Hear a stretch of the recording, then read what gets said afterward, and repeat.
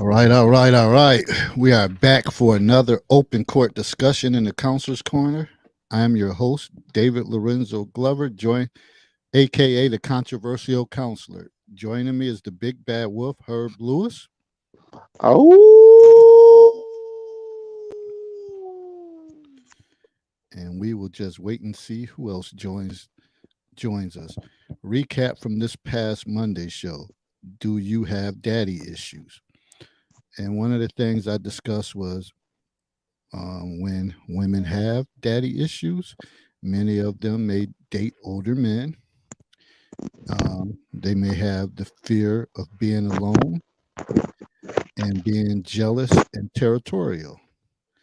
Now, of course, since we did daddy issues, it wouldn't be right if I didn't ask for tonight, Monday, November 28th. Do you have mommy issues? Here are a couple signs to look for.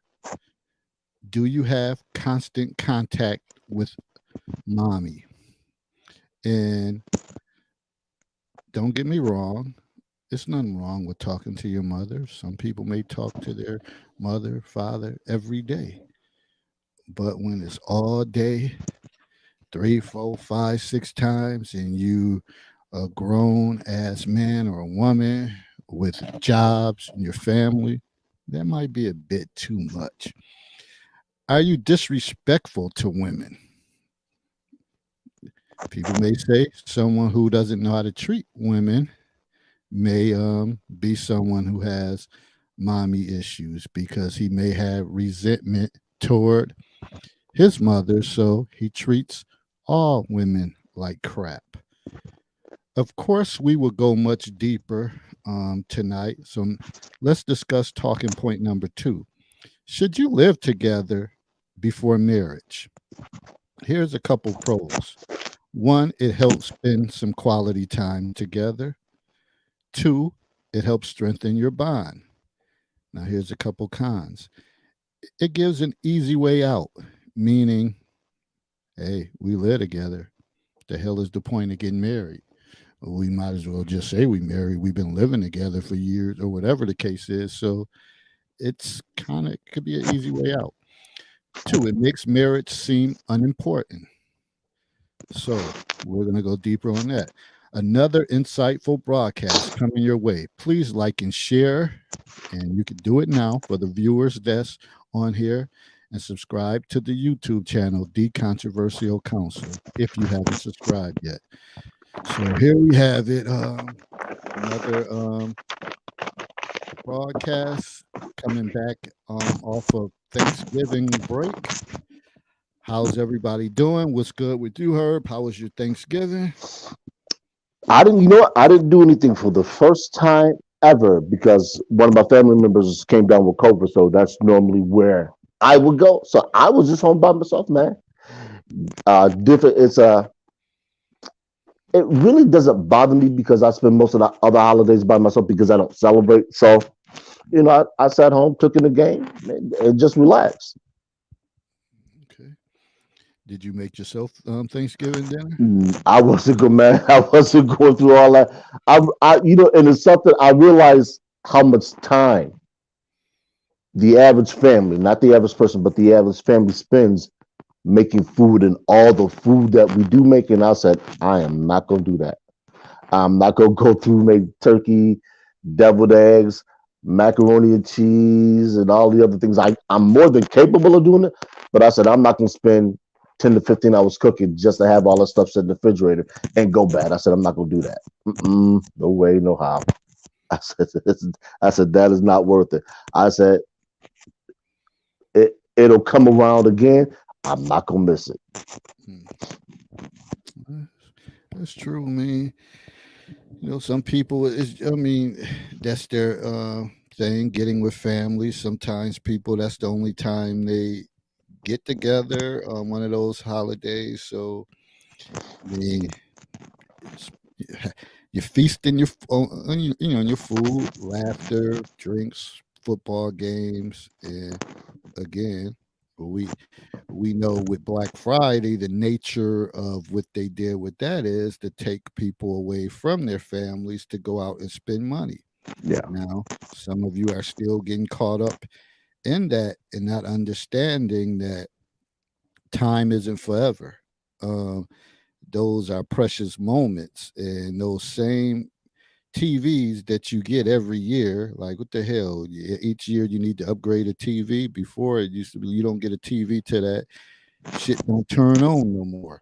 Hmm. But now it's like, oh, I got this, so I got to keep upgrading when I run out.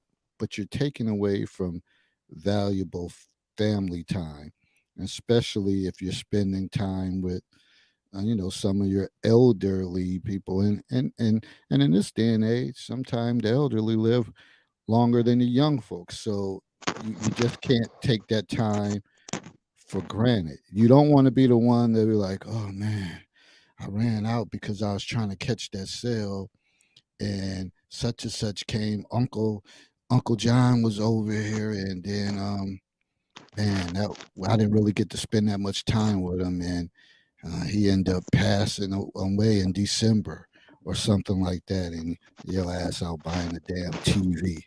So just think about those valuable moments, especially when people travel and they come there.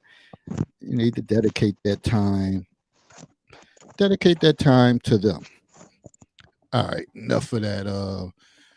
Anwar said, "Go Bills." Mm, Second favorite team, but it's every game's a struggle now for them at this point. So we just gotta Actually, wait and see. I think that's good for them, honestly.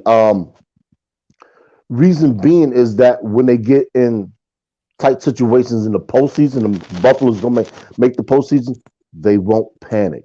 And I think this is just my perspective. Oh yeah, way to go, Michigan! I think that bodes well because you become battle tested, and not that Buffalo needs to be battle tested because they have seen Casey enough, so they're set. You know, barring any injuries, and I saw that what's the name was injured, so he might have a knee issue. But Buffalo needs to finish the rest of the season without getting too many of their major stars injured, and that's always a big problem in football. Well, not to make this about football, we're gonna get in the subject, but you said KC, Miami says they not going anywhere. They're not going Miami anywhere. got the horses. Yeah. They content with being on South Beach. They don't want to travel anywhere. Well, if they get home field advantage, besides Kansas City, then you got to go to Miami. But we'll see. Anyways, we're gonna get to the topic of discussion about mommy issues. So, Herb, what's your take on that? Do you think that is bigger than what it is when you hear, you know, often on social media, um, who upset you, who hurt you? He clearly he has mommy issues and things of that nature. Is it that big of a discussion, or people just using that and running with it? I think it's a double-edged sword, and I think it's a bit of both, but not necessarily for the reasons that people believe. I think a lot of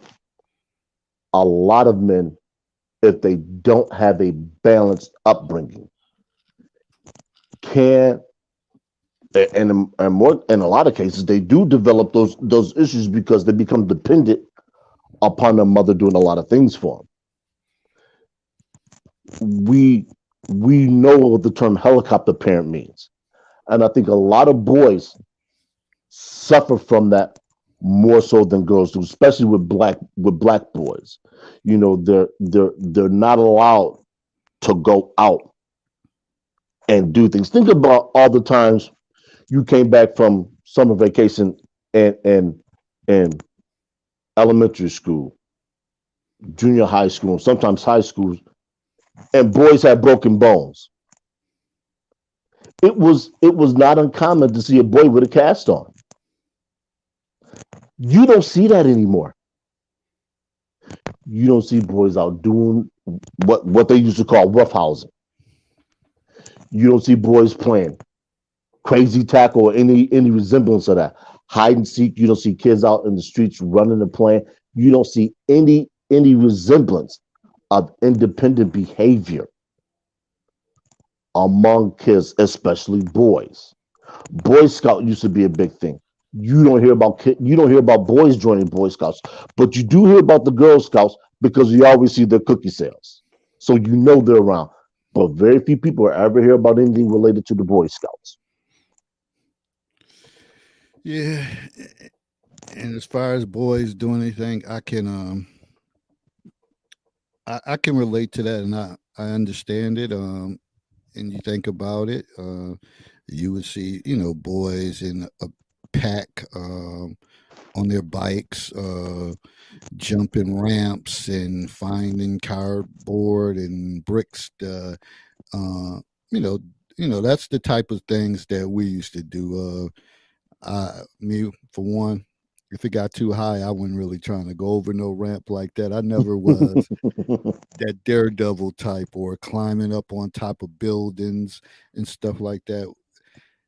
We used to do. I'm not even gonna include we, but I used to be down there standing below. But my friends, they used to do some wild stuff, and I'd be like, I'm not going way up there climbing trees and Yeah, falling down from trees where yeah, people would break their arms yeah. and do different things like that. So I guess that daredevil stuff, that risk taking behavior, um, is not there anymore. And I often see in my community, I'm like, okay, it's a bunch of parks around here. Why the hell y'all not going with all that grass, getting a nice game of football going on or whatever the case is? Furthest thing from their mind. Furthest thing from their mind. And then you hear, like, take the NFL for instance. They have what's called a play 60 for those of you who aren't football fans. And what play 60 is designed to do is designed to get kids outside exercising more. That wasn't a thing when we grew up.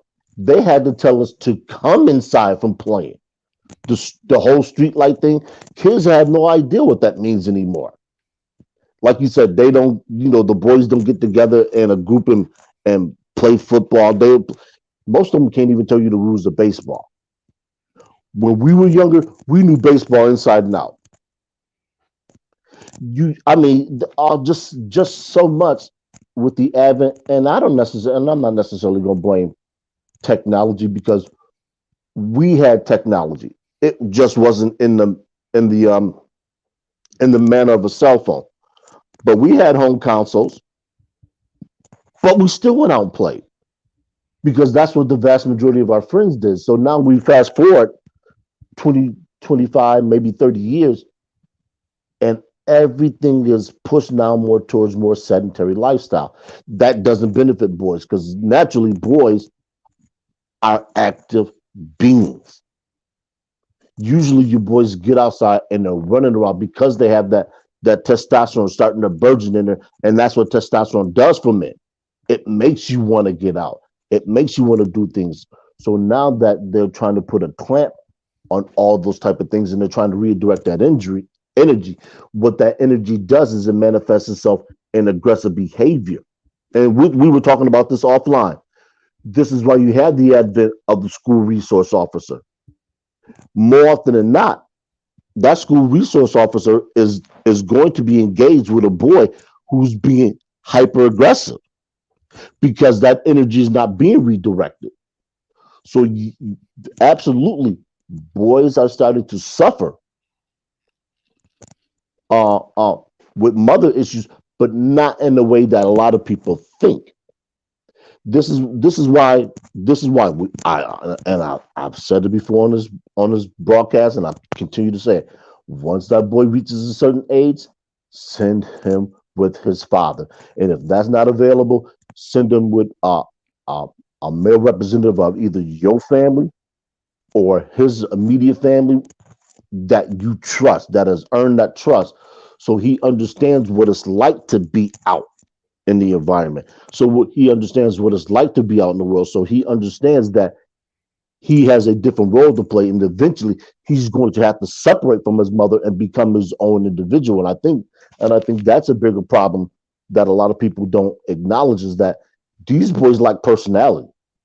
They lack individuality. They're just lost. They don't know what it means to be an individual. So who do they turn to? Who tells them that it's okay to like to do these things? That it's okay to be different. That it's okay to go your own way.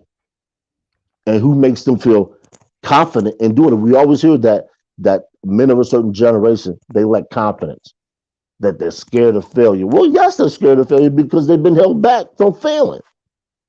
That's all the things, like you said, you want a daredevil. And I know some of the things I did as a kid. We used to drop off the 13th Street Center I'm sorry, roof. And it was about 25, maybe 20, 25 feet tall. We would jump off of that as kids. But that gave us the confidence that we could do some things, risk injury, and survive. This is how we overcame certain fears. And it wasn't that we were risk averse. We knew we could get hurt, but we was like, we'll risk it.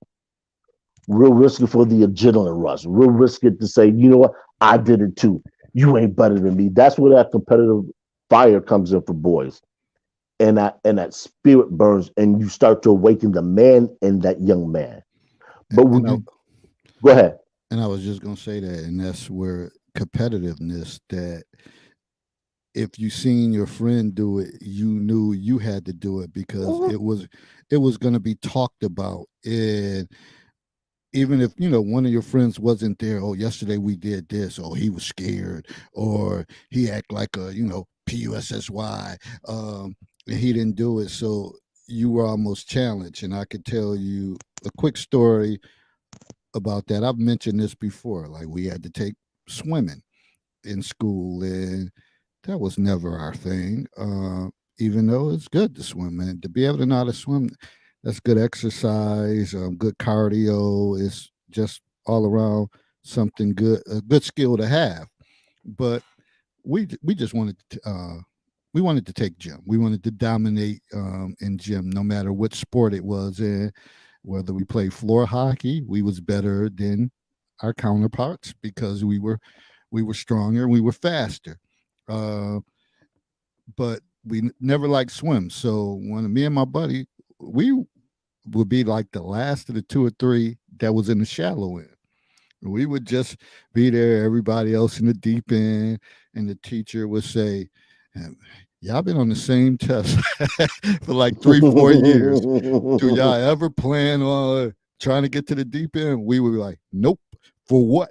He's like, so if you're by a lake or something, and again, that's when we talk about cultural diversity and Yeah. understanding other cultures. Like, we used to look at him like, why would we be by a lake? Like, if we can't swim. So that didn't motivate us at all. But then one day, and my buddy, he was on pickup rings, and that's like the first test. He was on that for years, and literally he would stick his head down, then try to grab the rings with his feet, but you had to go down. It was kind of that test to get used to breathing or going underwater. But I was past it. I was on backstroke, so I was like 3 or 4 tests ahead of him, or levels ahead of him. Then all of a sudden, in the next few weeks, he shot out of nowhere and ended up passing me and got into the deep end. And I'm like, holy shit. Like, man, I'm about to be the only one back here. And that next week, I learned how to do the backstroke because that competitive nature. I Yeah. was pushed. So I was forced. So then I got in the deep end as well. But I'm saying all this to be saying we pushed each other Yeah. to be great. Uh, these kids, they kind of lack that motivation to push each other. So then again, that ties into some of the mommy issues because if it's don't get me wrong, some dads are a total piece of shit, and but the ones that work and have a competitive nature themselves, they're going to want to push their son to be the best that they can be. So when you have that, and then sometimes, mothers, don't get me wrong, you have some mothers just as competitive, and sometimes they may be more competitive than the father. Yeah. But in many cases, they may like lighten up on him. He doesn't like to do that, or why are you always doing this? Give him a break or whatever. And sometimes with that lady, sometimes you just unless he's getting obsessive and he's uh emotionally abusing the kid, sometimes you just got to back off and just but then again, sometimes the sons may come like, oh, dad giving me a hard time, or he doing this, mom, could you speak to him, or whatever the case is. Sometimes you still may just have to say, listen, you know how he is. Just try your best, or whatever the case is. He's not telling you anything wrong, or whatever uh it may be, but oftentimes women may get in there and be like, oh, that's my baby. At the end of the day, that's my baby. So you're not going to be doing this to him, and not forgetting that's your whole man, your whole husband, or whatever the case is. So that plays a lot in it too. Sometimes you just got to fall back unless it's getting out of control, and you notice a different behavior, or your son doesn't want to be around him. Like, okay, like then you're like, okay, now it's getting real, it's getting weird up in here, it's just a lot of tension. But for the most part, if that's not the case, then sometimes you just got to sit back and observe. Yeah, and it reminds me, like I said, I've been working with my garage roof, and I'll phrase that, and I'll talk about that in this particular manner. Give your your teenage son, about who's happens to be about 16, 17, 18, a couple test women. I want you to ask him. You don't have to, it's not necessarily a test per se. Ask him, if he had to paint a room, how much paint would he need? Ask him to measure off 2 feet, 1 3/4 inches. Give him a hammer and some nails and see if he can actually drive a nail correctly. Give him a handsaw, see if he can use that. These are the type of things, and it's no fault of women. These are the type of things that women will never consider, because it's stuff that most of you won't do. Most of you aren't going to go do roofing. You're not going to go pour concrete. You're not going to build anything. So if he plans on getting married, plans on owning a house, or anything that a modern man is going to be required by most women to do, he's going to be ill-equipped to do them. And that's because he was handicapped growing up. I remember, and I'll never forget the man's name. The man was Fred Jefferson. And for most of you who've listened to this podcast, I was in a foster homes for much of my early life. There was nothing, I swear, that this man couldn't do. Pull a car engine, put a motor, put it back in there, weld, pour concrete, build structures. I've never seen a man more complete in my life. That's why I learned to do half the stuff that I know how to do now. Use power tools, hammers, literally all the stuff that I know how to do as a man to take care of something, I learned from him. The most 3.5 years of my life that's been the absolute most impactful. He taught me how to read a ruler. And for people who don't think that's important, know how to read a ruler, I would ask you, what do you understand about fractions? Because if you cook, you have to understand fractions, because you have the double ingredients. You have to be able to know that 2/4 cups equal a half cup. Some people don't understand that. So that's why I talk about measurements and using rules and things of that nature because math always plays a role in our daily lives. We just don't think about it, but it does. All right, got Dr. Anwar here. What's going on, brother? Hey, fellas, can you hear me? Yeah, we hear We you. can. Okay, I just want to come up really quickly before Anita and the others come in and flip the table over. You know, that's what she does. Sometimes being disagreeable just to be disagreeable. No, I love me some Anita. But you guys are getting at something really, really interesting, and it's something I've thought about. And that's that, like what is manhood? You know, what exactly is that, and where does that come from? Is it something as a young man you're just gonna naturally become the things that we're expected to do, whether it's protecting, whether it's getting out there shoveling, whether it's knowing how to, if you're at dinner and your date gets up, put her coat on, you know, for her. Take the garbage out. Make sure there's salt on the walkway. Make sure you have extra money in case someone else needs some money. Wear a hat like David has. Wear cologne so that you smell good. Get your suit fitted. Are these things you just magically are supposed to know, or does that come from somewhere? Defending yourself on the street, knowing how to, doing things you don't want to do. Not when you and your lady are having a disagreement, not going to that emotional place where she's inevitably going to go. Where do you learn that? Who do you learn that from?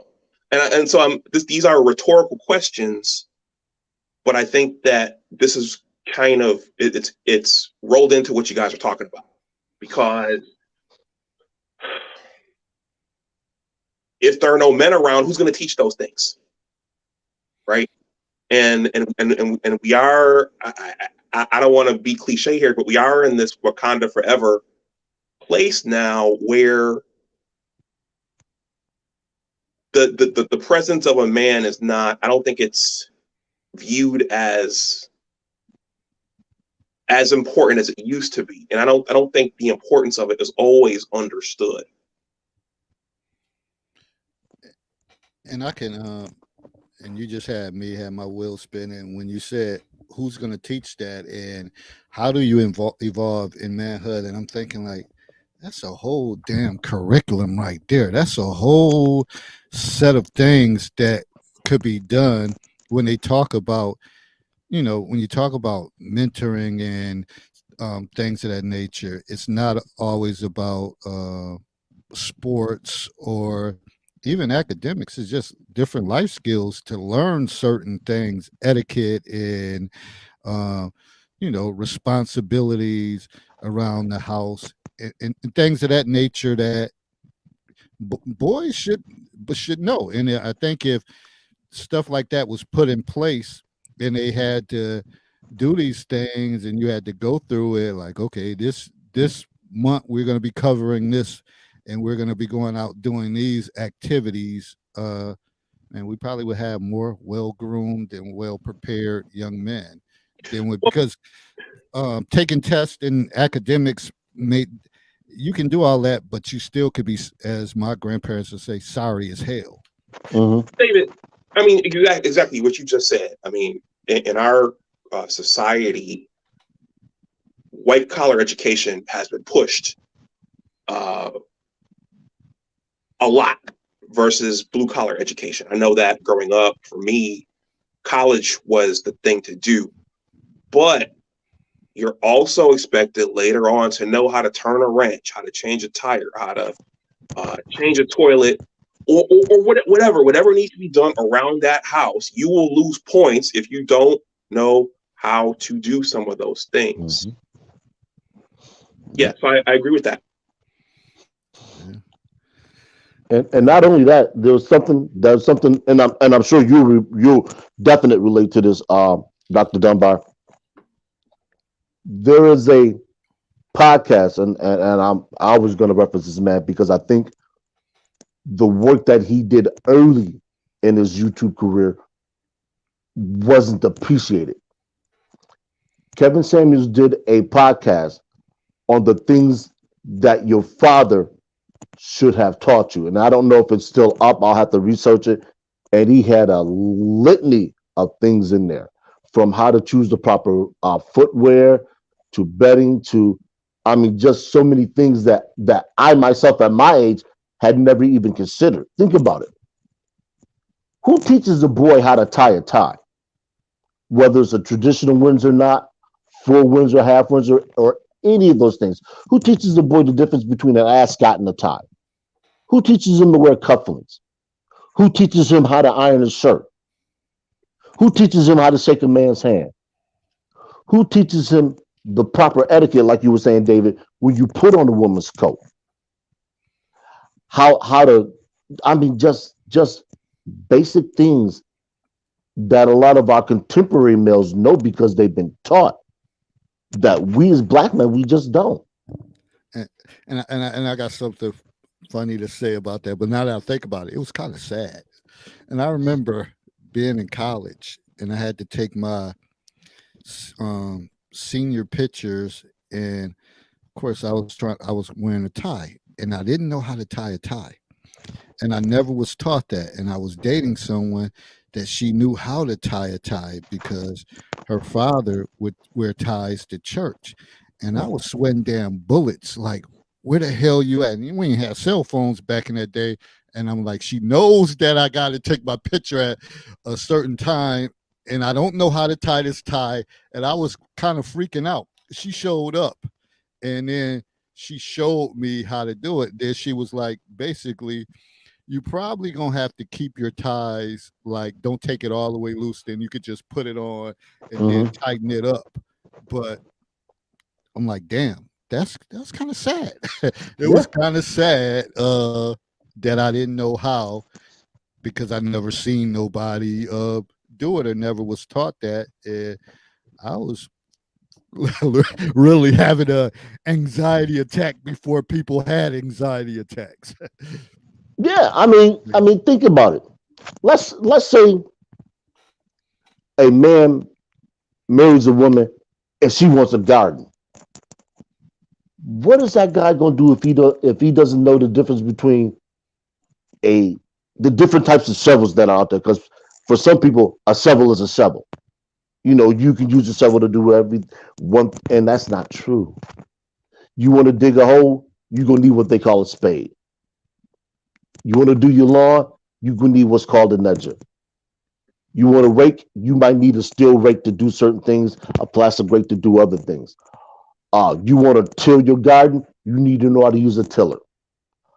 You want to plant, you want to weed. All this stuff is stuff that I learned as a kid working along another man who understood the stuff. Even though I don't know how, I shouldn't say know how to grow a garden, because I do. Even though I'm not growing a garden, if I wanted to, I could. Think about it. If a man wants to fix his sidewalk, he wants to lay some concrete, what's the first thing he's gonna do? Move the old concrete, set up your box form, and then pour. A lot of guys just don't know that. They don't know the basics. So now what it does is all those repairs that wouldn't necessarily come out of pocket, you got to pay for it. And this is why you have a lot of women now who always talk about, can he earn enough money for the lifestyle that I want? Because most men, by our nature, we're minimalists. We don't need all the stuff that we have in our homes. Most of that stuff is geared for when the female comes into his life, that she has those amenities. Think about it. How often do men need dishwashers? Washing machines, if you live in a city, you can go to a coin-operated laundry facility. Now, having it in your home is much more convenient. Absolutely. But for the average man, it's not going to be necessary, because he's not going through clothes like that, even if he wears clothes daily. All of Yeah, that I've heard, stuff. and I think, yeah, you almost need another. You need a male figure around to an elder male figure to say, yeah, that difference right there. There are differences between the genders because if you don't know something, if you don't have all of those amenities, you will get shamed. You will get belittled. You will get, oh my God, how could you live here? I don't, this, your TV's too small, or this or that, or you don't have the right doilies, or you don't have the right holders in the bathroom, and it's like, I'm sorry, I don't spend my time thinking about that. Yeah. I've got electricity, and for everyone listening, I'm just being frank here, and I'm not saying it's wrong to want the right doilies. I'm not saying it's wrong to want, fresh scented candles all over the place. I'm not saying that's wrong. I'm just saying that I think people just need to be a little more understanding of the fact that, in general, a lot of men don't think about those things, right? I mean, but and because he hasn't, that doesn't mean that something is wrong with him. It's just I don't think a lot of us think about that. Oh, here we go. The table's gonna give us a There go all the drinks and the wine. Not today. Naomi the marketer actually makes something that I missed. She actually makes a very good statement. She says, "I can definitely relate having 3 sons and their father was all, but there were things he had no clue about. I taught him how to change tires, use jumper cables, and work on cars. That, even though cars are becoming much more technical, so it's harder to work on certain things, even as a layman, changing a tire should be something every man knows how to do. I'm sorry if it sounds misogynist or misandrous. I'm going to draw the line there, and I'll draw very few lines. If you, as a man, you own a car and you don't know how to change a car tire, you have failed yourself. Not anyone else, yourself. Because if you have to call AAA to change a tire, you in bad straits. Well, I'm gonna be transparent. I never changed the tire, so I'm keeping No. it real. There's a difference. There's a difference between having done it and knowing how to do it. Shit, I don't know. I never. Man, you better get out the manual, man. So I'm being real. This ain't fake, whatever. I'm being open and honest. I never had to, so never thought about it. But Because let's look at it like this: we take for granted cell phone service and coverage, but the further west you travel, let's say you go to somewhere like Yosemite Park, or you driving down the old Route 66, where you go into southwestern Arizona, where you have those long stretches of highways where there's no cell phone coverage. You might be going through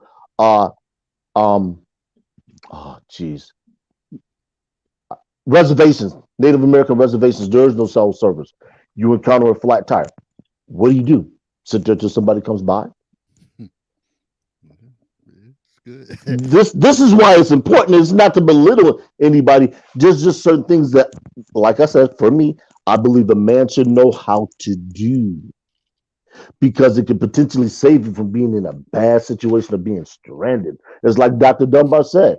It's like having additional money in your pocket. And I remember, true story, my older brother, I'm not going to call his name out, took me, my younger brother, and our really, really good friend out to Lockport to skate land. Now, he told us, he said, I am not coming to pick you up. And skate land from this roughly 20 miles. And we were 15, 16. Old skate land in Lockport. So, we had a ball, skating the behinds off, I think it was over like 10:30, 11 o'clock. Sure enough, everybody get in the rides, go to the respective homes, and we stand around twiddling our thumbs looking at each other. No cell phones at that time. So we start walking. We walk down the road, we get the transit. Yeah, I was about to walk from there. Hey, listen, we didn't know what we were going to do. Oh, shit. Exactly. So we had money, called our mother, and she paid for us a taxi home. It taught me an invaluable lesson. Never go somewhere to where you don't have a way back home. I don't care how you secure that way back home. Make sure you have a way. So it was definitely an invaluable lesson, whether it's money or context or whatever the case it is. And this is even more true now, for especially because we have people that are traveling overseas, and we're having, I don't want to say social breakdowns, but we see what's happening in Ukraine, and we never know where there's going to be some political upheaval. And if you are a U.S. citizen traveling abroad, you could potentially be a target. Doesn't matter what your ethnicity is. All it cares about is that blue passport. And if you can't get to the U.S. embassy or U.S. consulate in that respective countries, if there is one, then you could be in a bad way. So all of these things, that a man would teach his son and instill in his daughter, that information is never passed on. So let's take something as simple as somebody from Niagara Falls going to Canada. You got most of these young boys that can't read a map. So if you can't read a map and you lose your cell phone, how do you get home? Who do you contact? Because we don't remember phone numbers nowhere near the capacity that we used to. I remember I used to be a walking phone book. I would memorize credit card numbers, expiration dates. And I had like 8 or 9 cards. And people would ask me, how you do that? I said, I'm just committed to memory. We don't do that anymore. Think about it. If you had to call your next of kin and you couldn't look in your phone. Sound like you were scamming her to me. Nah, man. Fed time is not for me. But think about it though. If we had to call 3 people that we know, and I mean no, family members, friends, and you couldn't look at your cell phone, would you know their number? I remember old numbers because we had to. Right. But yeah, new numbers now, a lot of times you just have them saved and you just hit on that. But so that's a valuable point. Like you were forced to know numbers back in the days, and I still know like our phone numbers, my aunt's phone number, my grandmother's phone number, and other people's phone number because we had to have that in our mental Rolodex. Yeah. I remember we came home from when I was with the mentoring program, we came home from a tournament. We would ask these young men where they stayed at. They couldn't give us their address. True. They only knew where they stayed at if we drove by the house. And I was floored. Now we're talking kids that are 10, 11, 12. So we're talking functional, very young adults who should know that information. They didn't. Yeah, they don't know that. They don't know that information. They don't know their parents' number. Unless it's saved. If their phone did, they have no idea. Another one of those lessons that people need to think about and actually start schooling them. They have no idea. And you're sitting there looking like, for real? Yeah. It's frightening, man. It really is. Because there's going to be a point in all of our lives where we're going to have to need, can't speak well, where we're going to have to draw upon the need to be able to recall something because something's going to happen, and we're not going to have that ability to pick up a cell phone or to look at whatever it is that we need to be able to recall that information. It's frightening how many adults can't do it. They just literally like they can't. Think and I have this problem when I go to certain parts of Buffalo, only because I haven't been around those parts of Buffalo that often. You put me around Buff State, I'm fine. Take me to the east side of Buffalo, I'm lost. No idea where the heck I am. So Wow. it's You yeah. don't know east side of Buff, man? I know, man. Because I'm with the Buff State, so I'm very familiar with everything over there. You know, Miller Fillmore, Osai Children's Hospital, Elmwood, Grant, Niagara Street. But you put me on the other side, I'm just like, yo, where the hell am I? It reminds me of the first time I actually went to New York City. My brother had got married, and I had to go get gas. Now I think we were in Brooklyn. We were at then now my sister-in-law's family's house. Pulled out, made a left turn. I didn't drive more than a half a mile. Got gas, came back out, and didn't know where the hell I was. That's the big city. That's on a different level. Yeah, but the point was I didn't pay attention at all. And I was 24 at the time, so it wasn't like, and I was accustomed to being in the big city. I've been to Toronto many times before, so it wasn't as if it was new to me being in the city of that size. But the difference was, like Naomi the marketer said, I was able to navigate around Toronto because Toronto always had the CN Tower. That was my point of reference. If the CN Tower got smaller, I was going away from downtown Toronto. If the CN Tower got bigger, I was going towards downtown Toronto, which was all I needed. I went up to a Yankees game actually a couple months ago, just the last homestand in Toronto, and I was west of downtown, and it had me so backwards. I'm like, wait a minute. The lake is on this side of us, but we're going in the opposite direction. And the individual I was like with was saying, yeah, because this is west of downtown, and it never really dawned on me about the directions because I never paid attention to the directions. Didn't have to. I was always going one way. I was always going east. But now we're past downtown Toronto because the hotel I was staying at was in wasn't Burlington because Burlington is before Toronto. Anyway, it was northeast of downtown Toronto. So all those things become important, and if you don't have an individual that takes you aside and gets you to understand directions and how you get there, you will never have a clue. And I always ask this question to people here in Niagara Falls. And I ask them, what direction do you have to travel to get to Toronto? And most people, understandably, they'll say north, which is actually incorrect. Because if you travel north, you'll drive right into the Lake Ontario. You have to go west to get north. West will take you around the west side of Lake Ontario, and then you'll drive back east to get to Toronto. All these things, while they may seem like menial tasks, they become important when certain aspects of society fail.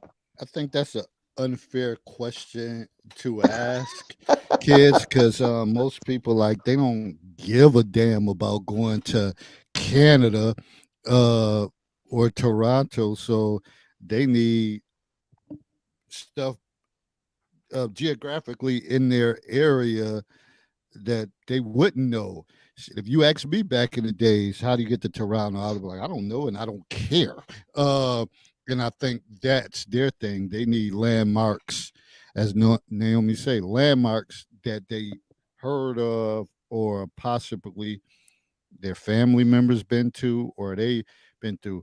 But I don't want to dominate our talk. Anita's been on here for a while, and I want to ask her a question as far as what do you look at when you think about men having mommy issues? What's something that red flags that you say to yourself, like, oh God, this dude got mommy issues that I can't deal with it. Well, first of all, I feel like that phrase is disrespectful on both sides because you can't help what happened to you when you grew up. Secondly, uh red flags would to me be how they talk about their mom and like their aunts. Can you hear me? Yes, we Mhm. can. Oh, okay.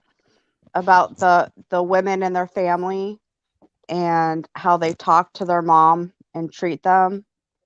Um, you can learn a lot just by listening to casual conversation. Um, like if they're disrespectful to the women in their family and talk bad about them, that's a red flag. Oh, okay. And I'm gonna come back to you, but I also want to read this comment from Naomi, the marketer. She said, 2 months ago, my son came from California and was lost on the metro train um, by shot tower, and he refused to play Captain Saver, and I refused to play Captain Saver son, and gave him some landmarks to get home, and he had figured it out. Yeah, and sometimes that's the key. People may say, besides GPS, if that ain't working, you might say, so what's near here? What's what building is here? When you're talking to somebody and you're going somewhere unfamiliar territory, landmarks are good. You are like, oh, I'm coming up on this Taco Bell or whatever the case. Okay, you're right there. Then go down a little, the second light, make a right, whatever. But if you're someone that doesn't know landmarks yourself, shit, they're stuck. They're screwed. Because sometimes that stuff, the GPS on your phone, OnStar, may be down. And then you just like riding around aimlessly. So it's important to identify stuff with landmarks. But back to the mommy issues. So here's one of the things. Some of the points that when I looked into this, they say he is suspicious and insecure. He is disrespectful to women. And I talked about that as we came on. He is a big cheater. These are some red flags or signs that say that he's got mommy issues. And if you look at tying in the insecurity, that may be a case of he doesn't have a good relationship with his mother. He doesn't have a good relationship. Uh, maybe she bailed out on him. Maybe she could have she could have passed away, but I'm just gonna take it look at another area. Maybe she was on drugs. Maybe she chose a man over him. So he's gonna have insecurities, like when he's in relationships, like are you like always gonna be preoccupied with the thought of you leaving him, or can't trust you, or start thinking about, damn, this is the same thing my mother did, or whatever the case is. Sometimes it's always important to take these conversations deeper. And I know a lot of times we get pushback from people. They say, I don't want to worry about the past. Um, if somebody went through that, I just want to, but you don't know a whole person unless you know their upbringing and some of their struggles. So sometimes you have to dig deeper and find out what their struggles are, and then you can put all the pieces together. Like, damn. Because if they tell you from the beginning, this is what happened, you know, you'll get a bit clearer picture of what's going on, and maybe you say, I don't want to deal with that, or maybe you'll say, I can work with this because I've been through that, and other.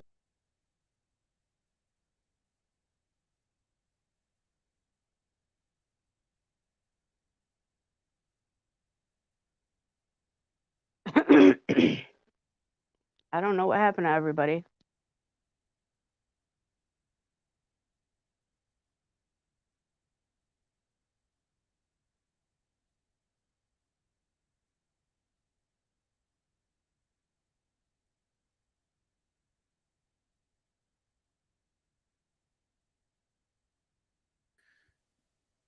Not sure what happened, folks. Can y'all hear me? I can hear you. Yeah, I don't know what just happened there, Oh but wow. you know, um, uh, Anwar said Nita's in charge. Let me see what Naomi said. In SoCal, I'm from.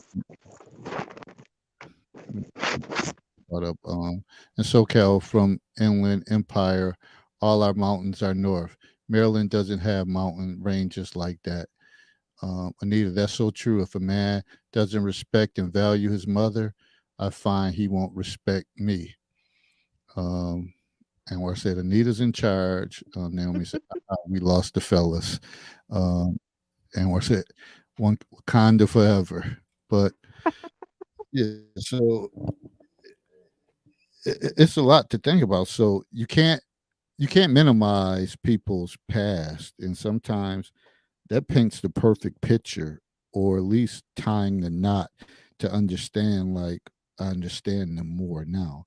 I see why he or she behaves this way, because a lot of it has to do with their upbringing. And also another part of that is their trauma and their attachment styles. I know we talked about attachment styles before, Hmm. but some guys I notice they have a difficult time building bonds with women when they're dating. And that could be tied to something with their upbringing with their mom, like the distrust and the distance, and sometimes not being affectionate or open to just talk, like have a casual conversation, like not have me run the conversation by asking a million questions. Like I find a lot of times I can find out more by casual conversation than I can asking a million questions. And sometimes it's the level of questioning.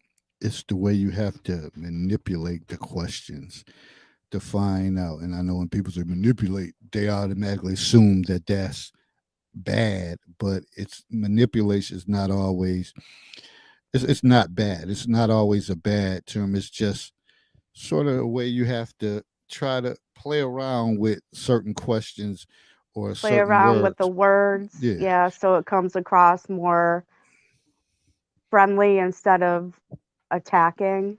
Yeah, and the same thing you do with math. They use the word manipulation in math when you teach kids how you have to manipulate, or how you have certain figures or things to help them learn, and you have to manipulate certain things so they can learn. So, and that's another thing people need to understand. There's more meaning to words than one way, and I think a lot of times people get tied up in that they only know the one meaning, and manipulate means it like they're deceiving someone or trying to trick someone, but that's not how it is in sports. Manipulation is used as a positive way in education and hey, in counseling.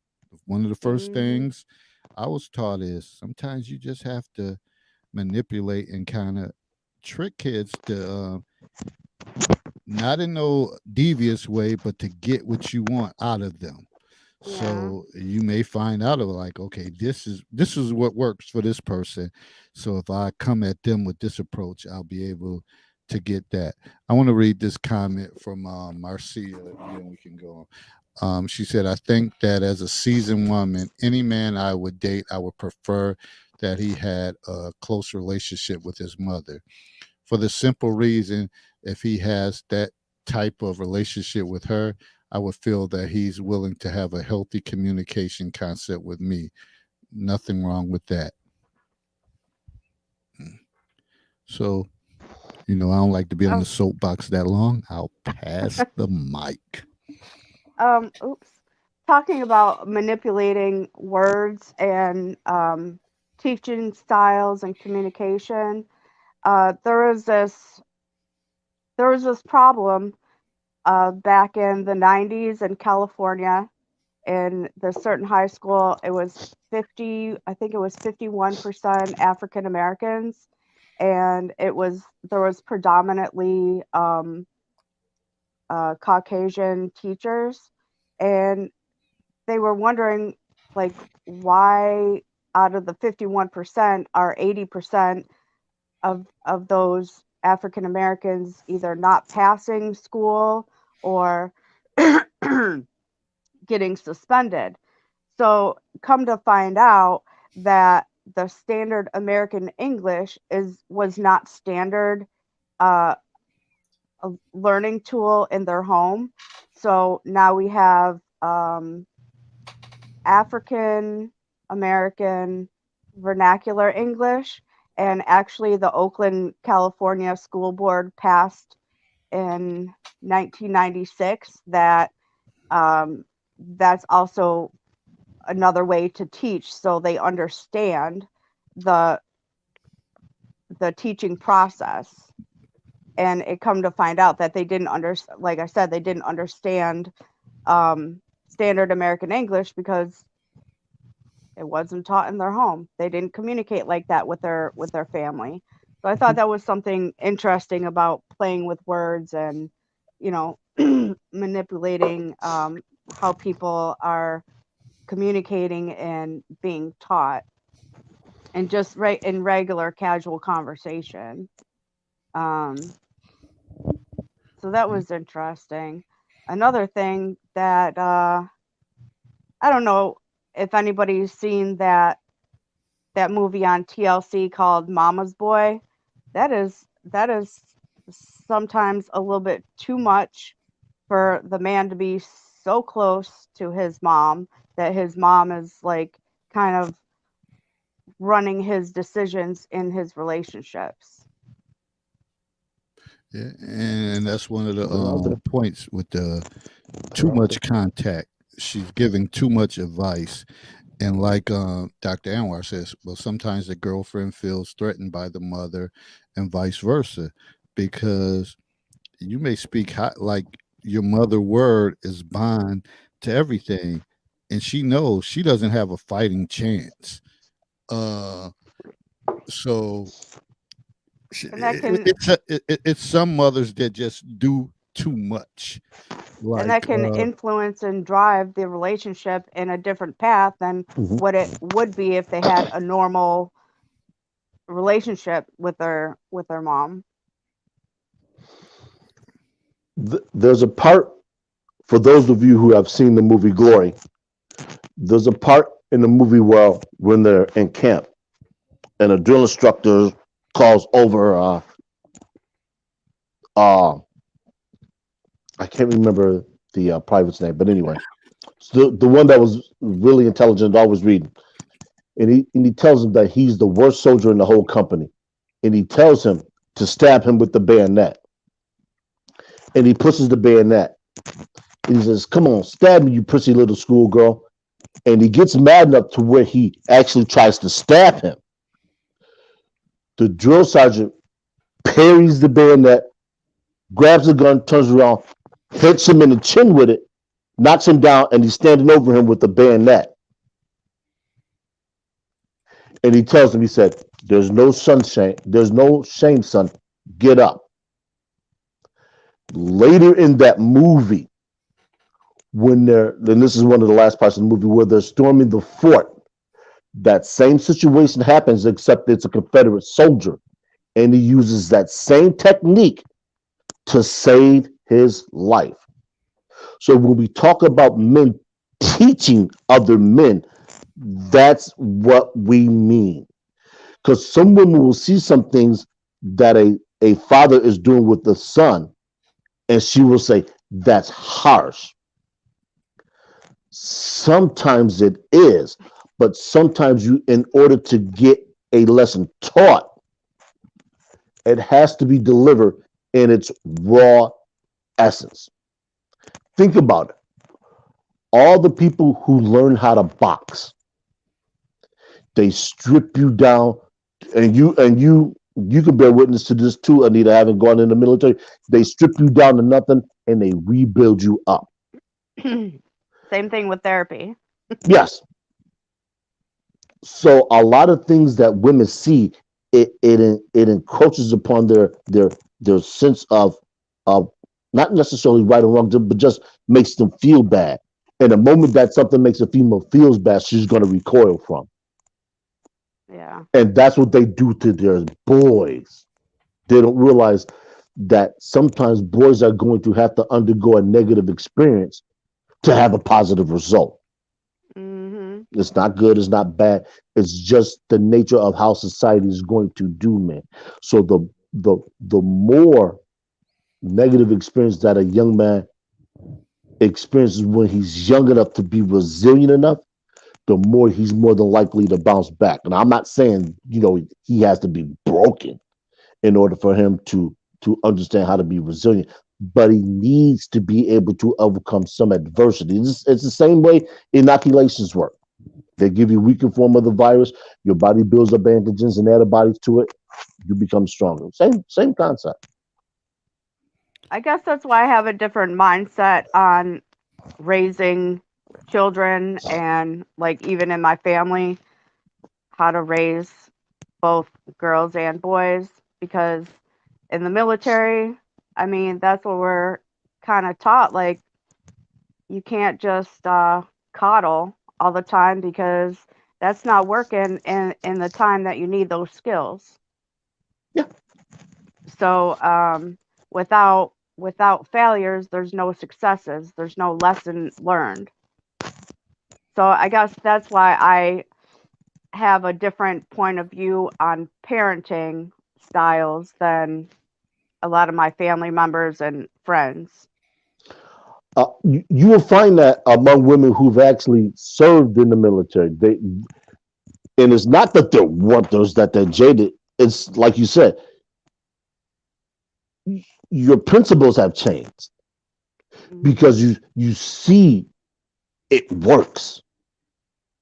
You see it's effective because you have everybody marching to the same drum beat. You have everybody that's pushing for the same mission, for the same outcome.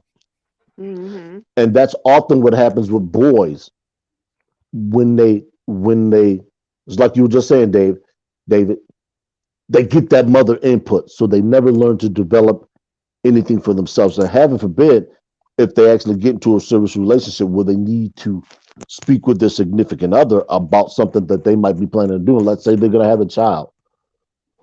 Well, where should we live? And the first thing you hear his mother chiming in, and she looks at him like, look, can you make a decision? Can we make a decision? Can we have a conversation that doesn't include her? Because eventually Yeah. becomes that drop of water that freezes in a rock, and eventually it'll break that rock.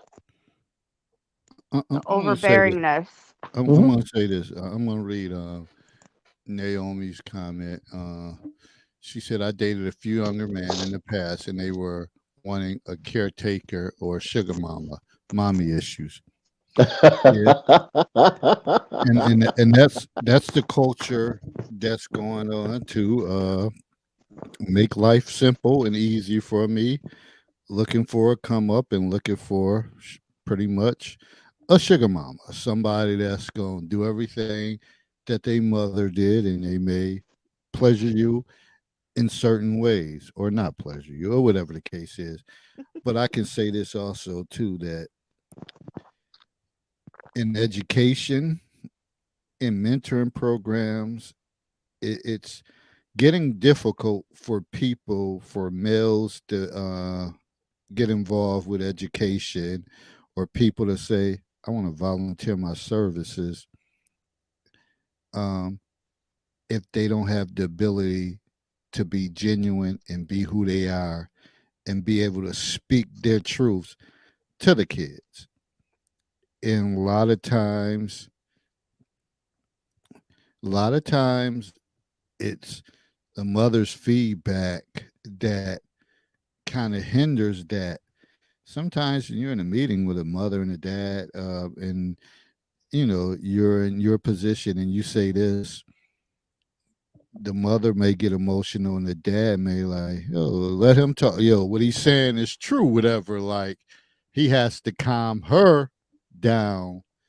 And he's the one that's like, yeah, I understand what you're saying.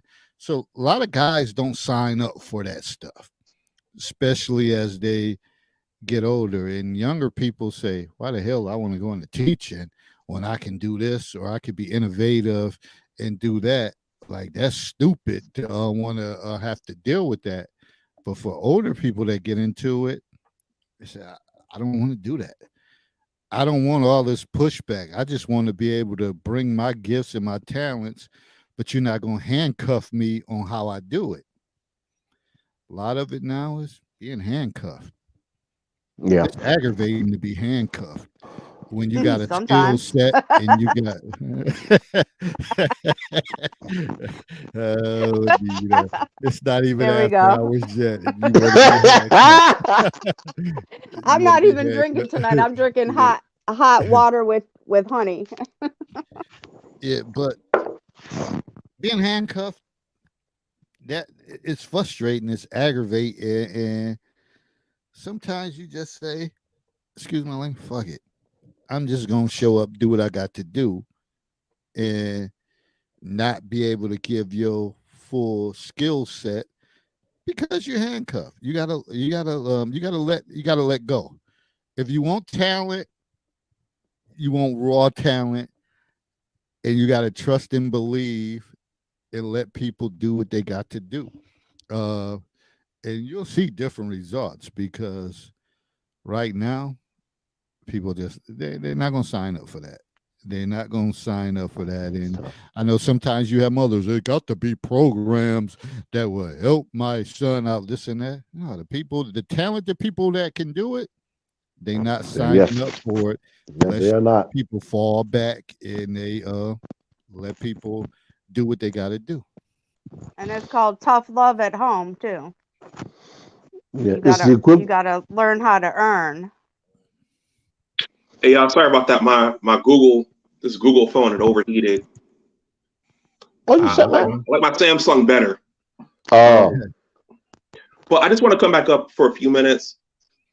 There's a lot of people are writing about the fact that there's a potential system wide, not just in the Black community, but other communities too. And it's just what David just said in terms of the education community. That just made me think about this. There's arguably a boy crisis. Dr. Warren Farrell has written about this.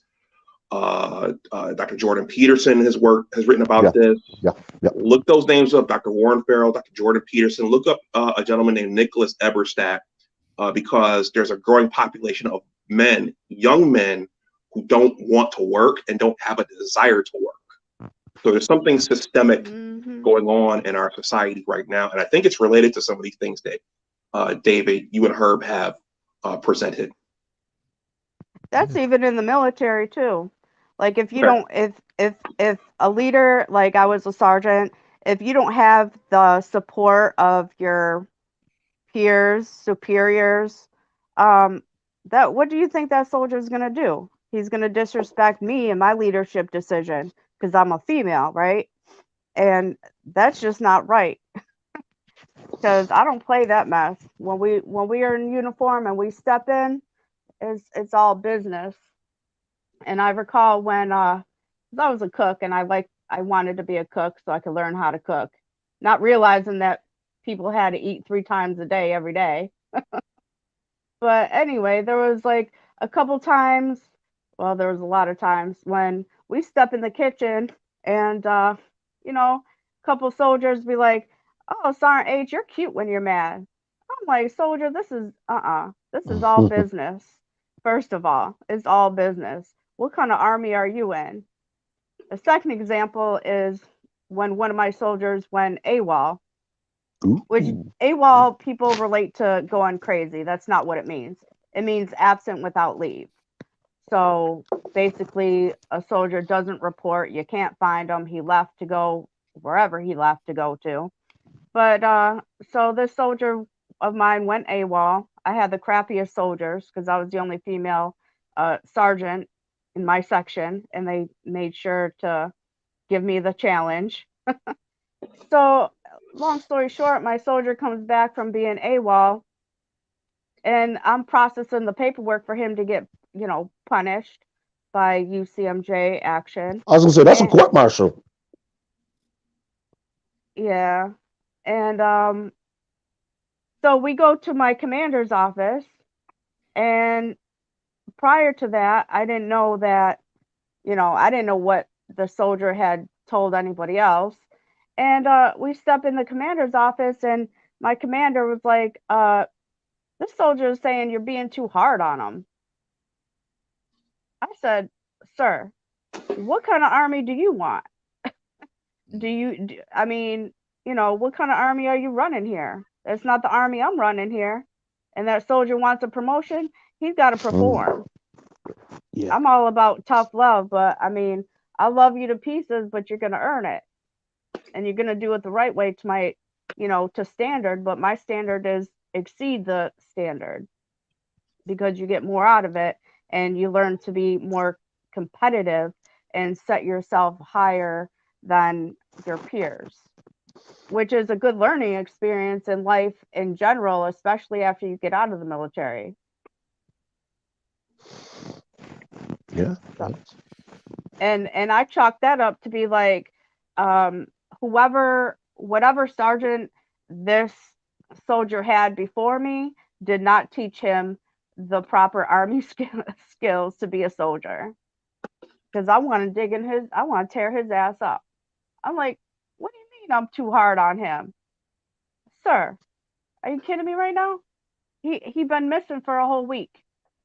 Then my other soldier had two DWIs and lying and telling me he was in the ER.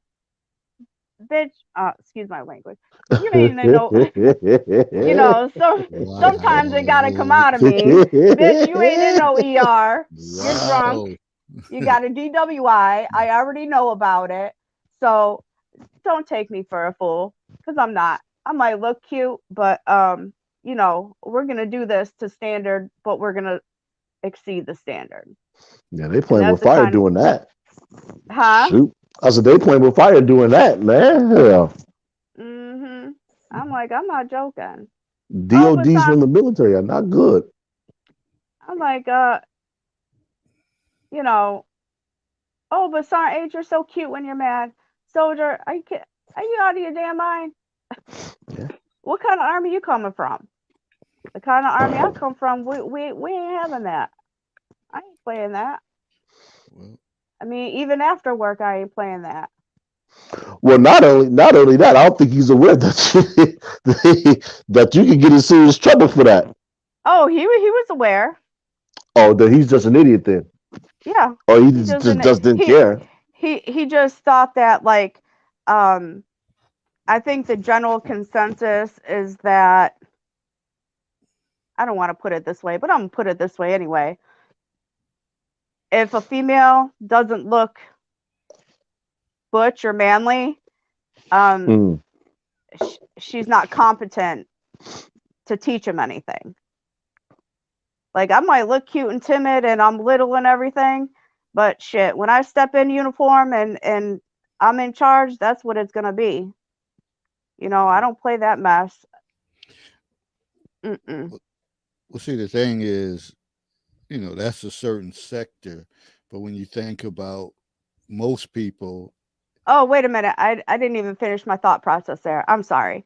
So the general consensus in the military is that, but being a cook, like, if the dining facility is so laid back, and then you get that one sergeant that is from the old army, like I'm from the 90s type of army, and I'm not that laid back, like, you're just going to execute and take initiative, and if you don't know how, I'm going to teach you. Things don't go like they should go. And that's what I think society in general has gotten away from, is teaching the important things about life that you don't necessarily learn in the home, is how to take initiative, how to build those social bonds, the positive communication skills, appropriate communication skills. So that's another problem I think we're having in today's society. It's too lax, it's too laid back. People are like too lackadaisical, which is just hurting our future leaders, and it kind of pisses me off. No, it doesn't kind of piss me off. It really pisses me off because we got some soft ass young men growing up, and I want to whoop their ass. Really? Well, one of the things. I mean, I understand. You know, it might be from their cultural background and society's changing, but it's difficult to wrap my head around because of I grew up into adulthood in the military way of life. And David, that's the thing. And that's the so thing. I have a different thought process than a lot of other parents. Most people are not, and they may not grow up in structure. Military is very structured.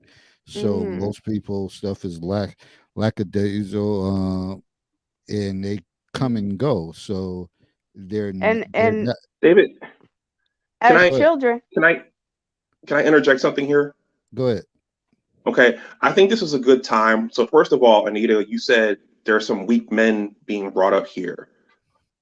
This leads to an uncomfortable set of questions because then you have to ask where are these weak men coming from. Okay, we don't have to do that tonight. I don't have time to do that tonight. But what I will say is, also keep an eye on the programming that Hollywood is creating for us in our mass media companies. I joked about this in the chat. Wakanda Forever just came out, and I wish I could say it was just that movie, but I'm not talking too loud. I'm in my mother's house. Oh, what Marvel Disney has been doing is they've been feminizing everything, and there's nothing wrong with having female superheroes or female leads, but where they're leading everybody is to what you just described. So this is coming from everywhere. And he's looking at me like, yeah, whatever. Well, it is. It's a concerted effort. It's a conspiracy. No, it's not. No, it's not a conspiracy. There's a concerted effort to redirect society to be less aggressive, less dominant, less assertive if you are a male. And this is what Dr. Dunbar is talking about. If you're a woman, those are great attributes. If you're a man, they're considered toxic attributes. Yeah, because in order for society to control men, the first thing they have to do is they have to change the way that they think. Case in point, have you ever went to a circus or a zoo and you seen an elephant tethered by a rope? And you know that elephant is strong enough to break that rope? That's because that elephant has been conditioned. And once you condition a mind, you essentially it becomes an extension of the Stockholm syndrome, in a manner of speaking. That individual is never going to try to break through a certain barrier because they don't think it's possible. We know for a fact, and we see this all the time, and I'm sure, David, you see it more than most, that when a young teenage boy gets to the point where he realizes he is physically stronger than his mother, there's nothing she can do with him.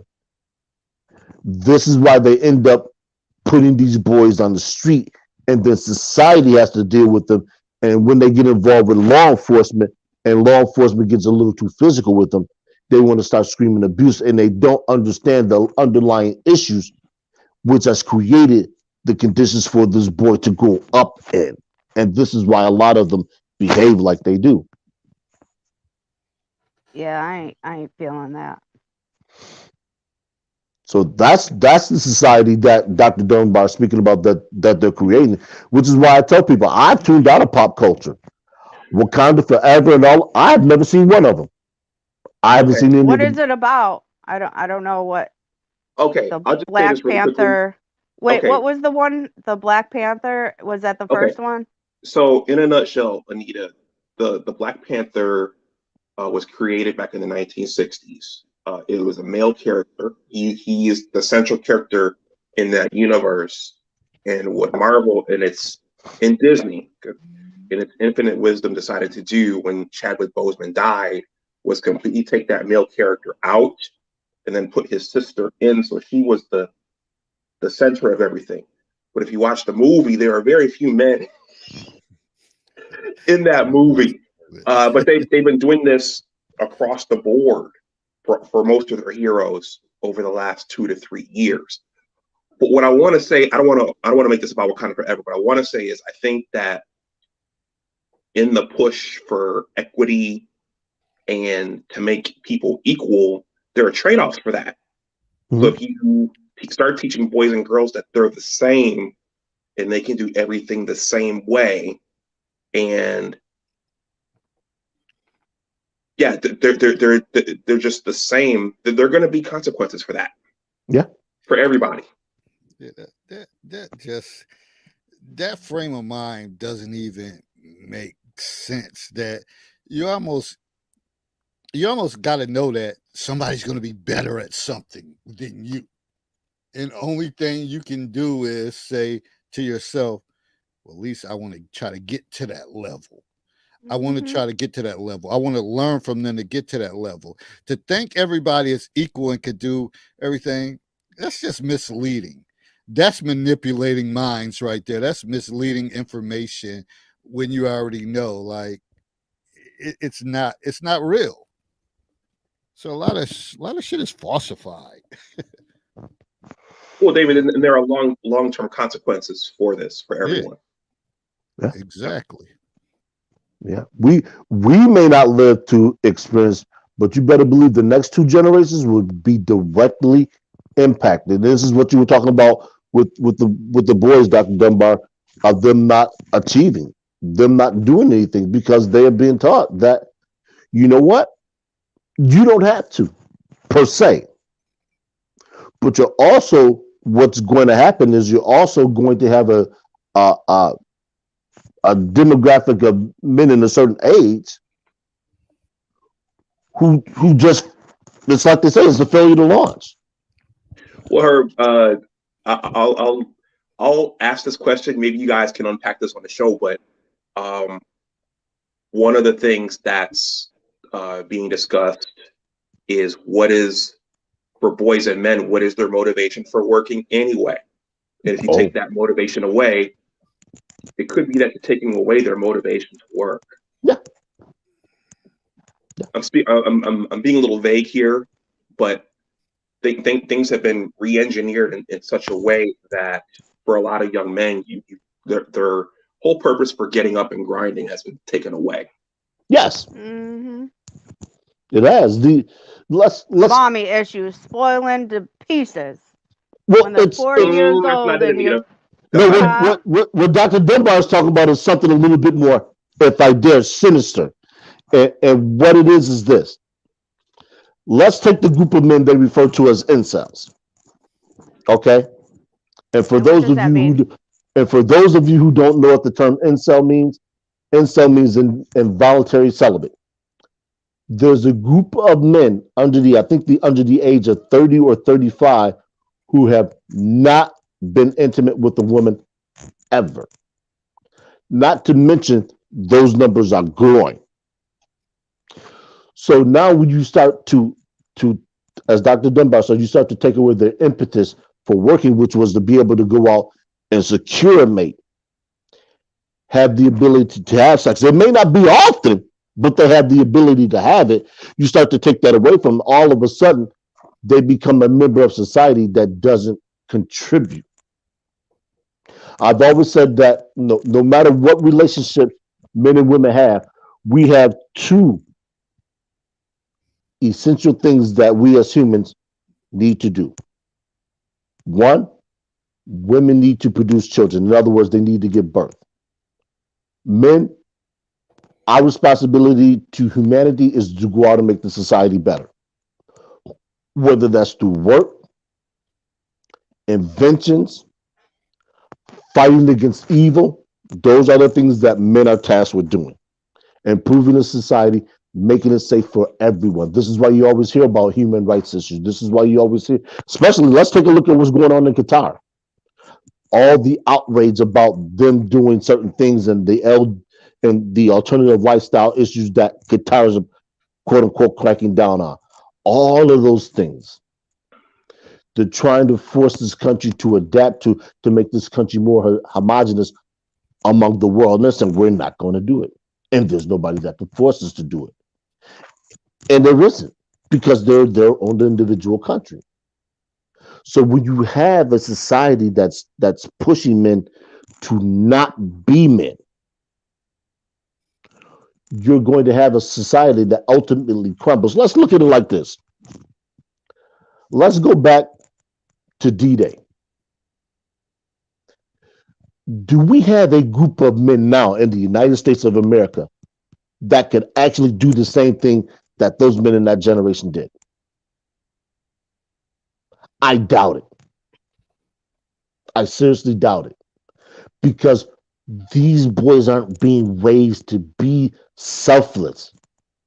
They're being raised to say, if I'm going to give something, I need to get something. You think about all those men that died on that beach, and a lot of them were young. They were younger than the age of 25. They sacrificed. You know what they say about death in the military. It's the greatest sacrifice that a man can make, is to give his life for something else.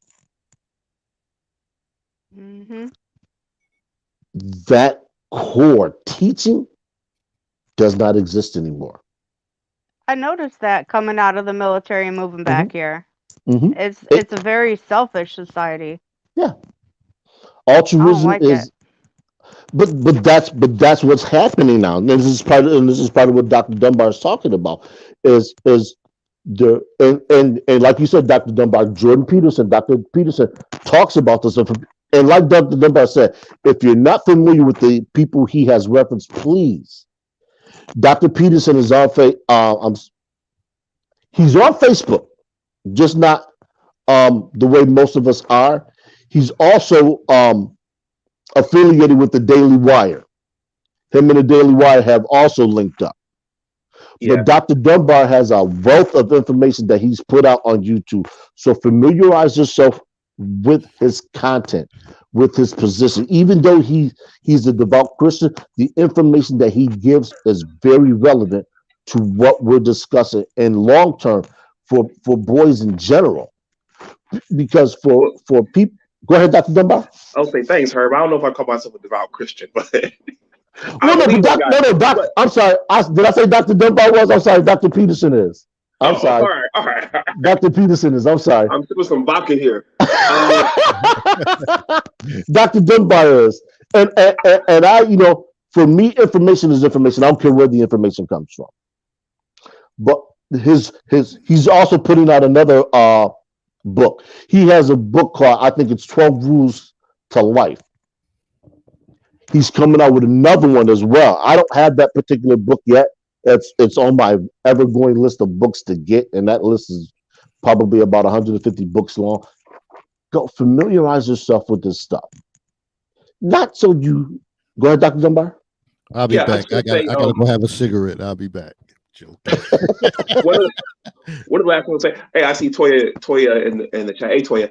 I have to read up on this. I mean, there are a lot of things I need to read up on, but I've heard that China's making an effort to keep our culture out, and this is why they don't want this stuff going over there. There are a lot of countries that are below replacement level, and for those watching, 2 weeks ago, Senator Chuck Schumer, flanked by Kamala Harris's successor in California and a lot of other Hispanics. Chuck Schumer gave a nice speech about how about why we need immigration, because the homegrown population is not reproducing. So that's what this is all about. This immigration thing. That's what this is about. Is that the people born here, for whatever reason, have lost interest in reproducing. And then if you peel it back and ask why, that leads to some uncomfortable questions and answers. But I'm saying it to say that all of this whole cluster that we're living in right now, this is all interrelated. It's all connected. Yeah. And this is why, particularly for the women who are espousing the point, this is what the repealing of abortion was about. It wasn't about getting women to and controlling women's reproductive anatomy. It's about maintaining power. And the only way you can do that is by having the votes necessary to keep certain policies in place. And because the Caucasian population is dwindling along with every other population in this country, they have to bring in people and give them things so that they identify with a certain ethnicity. And this is going down the rabbit hole, and I'm not going to go too far for this particular thing, but this is what the larger thing is about. It's about control. Dr. Claude Anderson talked about black people becoming marginalized, becoming a minority majority population. You gotta start paying attention to politics on a federal level. Yeah. Well, Herb, if you don't have people, you don't have a country. You don't have an economy. You don't Correct. have workers. You don't have taxes. You don't have anything. Correct. So we all get caught infighting about this, about that, about my right, my body, this, that, and the other. But without people, this whole thing will collapse. Yeah. Well, it's like going to Krypton. collapse anyway because it's a state society, and tribal and chiefdom societies, they do last longer than state societies. What? State societies only last for a couple thousand years. Like what I'm saying, you look so confused. Tribal cultures, they last longer than like our society because they don't have somebody infiltrating their culture. Does that make But that's what Dr. more Dunbar's sense? talking about. See, China can do that because they're a communist country. So what they say goes. So it's an autocratic society versus a republic, a constitutional republic, which the United States of America is. And what Dr. Dunbar is saying, there's no such thing as hip hop in China. It is banned. You can forget about hearing it unless you somehow get it in. It is shut down. You can't even access it online. Forget about it. It's similar to what the Soviet Union did with the Iron Curtain, where they wouldn't allow certain information in. That's the power that China is leveraging among its people. We always hear about culture. In China, the government controls the culture. As opposed to the United States, you have entities such as Hollywood that influence the culture so much that if you're not careful, they become the culture. Well, Herb, that also speaks to the power of messaging and imaging. Yes. And so it's going back to Marvel Disney. It's significant if you have Meg Thee Stallion and the She-Hulk twerking, right? Because girls are looking at that. Yes. And so now you're gonna have all the girls watching that, and they're gonna say, "Oh, Meg Thee Stallion's twerking, the She-Hulk is twerking. Yeah, we can all twerk. Let's all twerk." Yeah. Yeah. So that stuff matters. Images are powerful, definitely powerful, and it reminds me when I was taking my leadership certificate, and he was talking about PowerPoints. One of my professors, and he was like, "Those days of words and stuff, people don't focus on that." And he was like, "If you present a powerful image, a picture, or something like that with like one sentence, the brain will kind of calculate that and absorb that, then all of those words and flashing stuff that comes across, whatever, just powerful images. That's why social media, people join. Oh, I only came on here to look at people pictures or to post pictures, because that's what people like to see is images. So when you have different images, all this stuff, the brain absorbs that, and that's what you remember and you retain. You don't Mhm. retain the words, all the different words, the whole paragraphs or two paragraphs of knowledge. You may have one sentence in an image, and you say, and you'll gather more information from that. And I believe that's So, factual. yeah, David, on that vein, I'm going to say one more thing and I'm going to hop off. I'm on TikTok. You said that like a half hour ago. See, she just wants the mic all to herself. That's what it is. Anita's not used to sharing.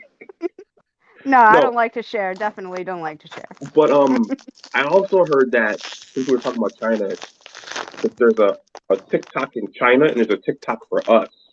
And I've heard that their TikTok is conservative and wholesome and it presents traditional values. But our TikTok, well, David can tell you what's on our TikTok. It's out of control. It's out of control. Yeah. Me and David don't post stuff like that. But Yeah. they're, well, if that's true, then they're intentionally poisoning our people over here. Mhm. It's been rumored. It's been rumored that that's what they're doing, using negative imagery in a subversive manner.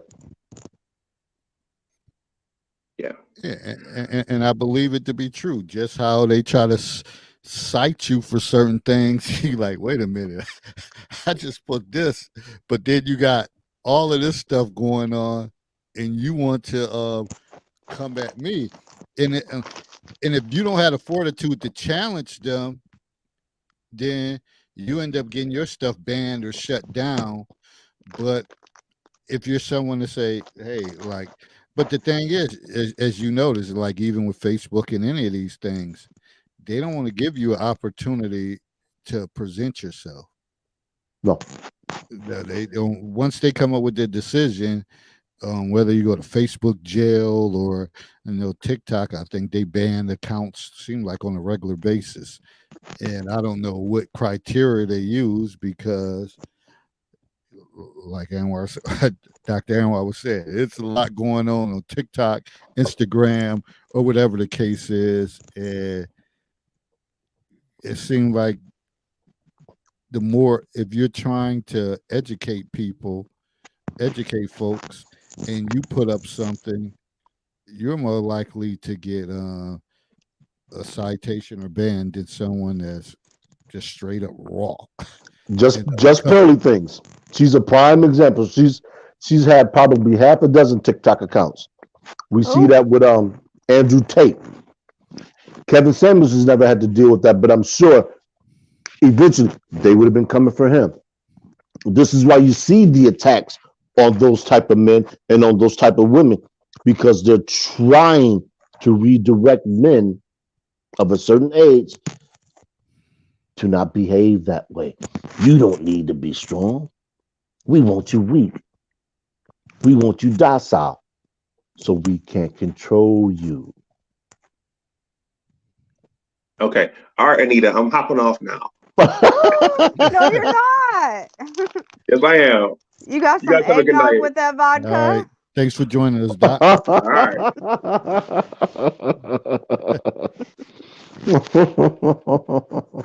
Well, we spent a lot of time on segment 1, and segment 2 was, should you live with someone before you get married? Hell yeah. That's what I think. Hell yeah. We can jump into this, or we can save it. Oh, sorry. I don't know. We can jump. Yeah, If we you're can jump feeling into if you're feeling froggy, Herb, jump. Because there's pros and cons to both, and one of your favorites, uh, Sir Tice, he had responded to one of my videos, and he was like, that's the problem. Uh, he was like, it's a definite. You shouldn't live with someone. He said and that's part of the problem. No, and I understand that when you look at the pros and cons, that a lot of people do it, then you have no motivation to get Yeah, married right. or whatever the case is. But then again, you also think about how the hell you live in opposite and you may unless you got some structure or plan and you in a balance that you're staying 3 4 5 like it's a certain amount of time that you're staying together that you kind of pick up on patterns. But if that's not happening, how the hell you marry somebody and all of a sudden y'all live together and you like, what the fuck is going on here? Hmm. Eh, I th- that's the Go thing. ahead. So we can y'all can jump into it after that what I just said. I think there's a lot of things in days past that were, no matter where you came from, there was always a way to do things. That no matter where you go, no matter who you were, it was done that way. You all ate dinner at a certain time. You worked at a certain particular place. You went to church with some of the same people. So the cultures were more um, homogenous, if you will. Now you have the advent of people being able to do certain things a different way, and they don't care what anybody says. It's their house; they're going to do it their way. And when you get to individuals who come from different backgrounds, whatever those backgrounds happen to be, and they get together and it doesn't work, now you're looking at a larger implications, especially if they're married, kids, divorce, all this other stuff. So I think that's why people now believe in living together before they get married. And like you were saying, that so Ty said, it does. You have everything that you need. You have intimacy in house. Your finances, your financial obligations are being met. Everything else is being met. So why do we need to go ahead and make it official? People don't understand. And it's like there was being discussed earlier. If you don't do certain things in a certain manner,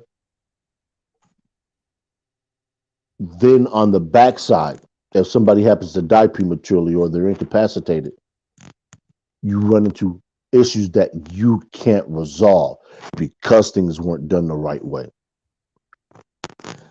That's where the problems lie. So it becomes more of an issue of why people, if you're going to move in together, have a set date that you do decide to get married, because it protects you from anything that might come down the pipe. This is when you look at what alternative lifestyle people fought for, that's what they fought for. They didn't care about getting married per se. They cared about the protections that marriage offered them. So That's why they wanted to get married. They didn't care about the title. They wanted the benefits. so let me ask you this, Herbert. You said set a date. So say for example you live together and that shit just don't it's not gelling the way that you do. What do you do? Do you break Got it to move off? on. Got to move on. Okay. Because for me, personally speaking, if I'm going to set a date to do something, I'm committed to that particular date. Now, if for whatever reason that I can't achieve success with that individual at that particular time, then there's no need of me wasting time. There's no need of me wasting your time. There's no need of me wasting my time. I'm gone. No need to share that pizza either, huh? No pizza tonight. I had pizza. I had pizza last night, but ain't nobody answered the phone, so I ate it. Oh, I had pizza, chicken fingers. They were good. I think I got one chicken finger left. You missed see, out that's on the that, Anita. benefits of living together. I don't have to travel for food. You still don't have to travel for food. If I want the pizza and chicken finger, I do. Actually, no. Unless Shadow's gonna Uber you over here. Oh, that's a possibility as well. But I mean, yeah, no, I'm gone, man. I don't believe in wasting. Let me not say wasting time, because I think that's the incorrect framing of it. I don't believe in just frittering away time, because nothing is going to change. We have reached, me and the other individual, clearly we've reached an impasse. And when I reach an impasse, I'm just like, okay, you know what? I'm going to take a logical look at this. This isn't working because this isn't working. One of these things is not going to change. So I'm not going to continue to put a round or try to force a round peg into a square hole. I'm going. That don't mean that don't mean we're going to be enemies. That just means this particular situation that we have has got to be dissolved. So I can move on and potentially find somebody else, or so you can move on and potentially find somebody else. And I think it's the old adage of when somebody gets comfortable, whether it's male or female, they don't want that disrupted. It's the familiarity breeds contempt. They want it like this. They don't want it changed. They don't want it augmented. They don't. No, I want it like this. It's similar. It's similar to what I said on this panel before about somebody coming in and rearranging my home. Don't do that. Not without my permission. That's My a no bad, go. Herb. My bad. that's a no I go. rearranged Herb's whole fridge, and he just almost had to take him Yeah, to the hospital. yeah. Well, I think what some of it is that people come together and they live together and they say, man, I had more finances to do what I wanted to do, and now I run the risk of losing that if they still try to maintain, and they're really not in a loving relationship, but they're just trying to live life or live life with extras, Mm-hmm.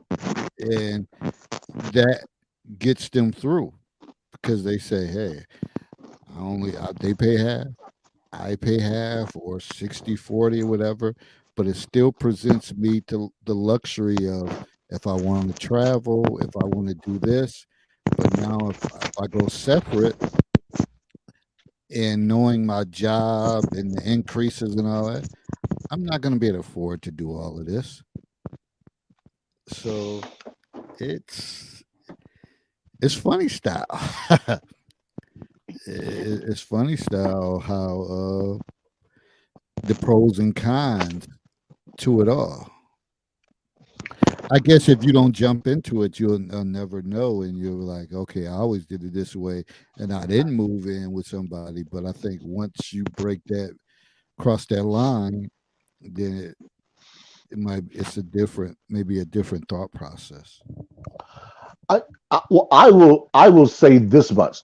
When I was 24, I actually dated somebody who was 36, and I actually moved in with her. At the time, I was still in college, so for as much as I could stay with an individual, I did. Her and I probably, if we stayed together long enough, we probably would have gotten married, and it probably wouldn't have worked out just because she had some underlying issues that she hadn't resolved. So it's a lot of things going to a particular decision for individuals to do. Knowing what I know now, if I could have spoken to myself then, I'd have said, don't do it. Don't move in, not till you get everything set up. So when you do decide to make that leap, whether it's marriage or you're moving in to get married, that everything is set. So the transition is smooth. Because think about it. One of the most stressful things that we do as people is we move. We move from a house to an apartment or from wherever it is to another place.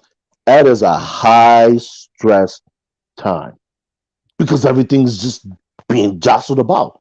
Your way of living is being disrupted, even though it's temporarily. So, it's not about a right or wrong way, and I don't want people to misunderstand my position. It's about doing it so it works out. And because there's no blueprint, no solid blueprint that says this is guaranteed to work, you have people out here who are literally flying by the seat of their pants. And by the time they figure something out and it doesn't work, they don't know what to do. Well, that's why you always have a contingency plan if it don't work out. Me personally, I'd rather live with somebody, whether we're engaged or not, if I'm in a long-term relationship, because if it doesn't work out before you get married and you guys live together, it probably ain't gonna work out ever with certain differences and behavior patterns. You learn a lot from a person by the way they live. I can't live with nobody that's gonna keep the heat at 60 degrees when it's 30 degrees outside. Why not? That's cool. I knew Herb got to have something to say, because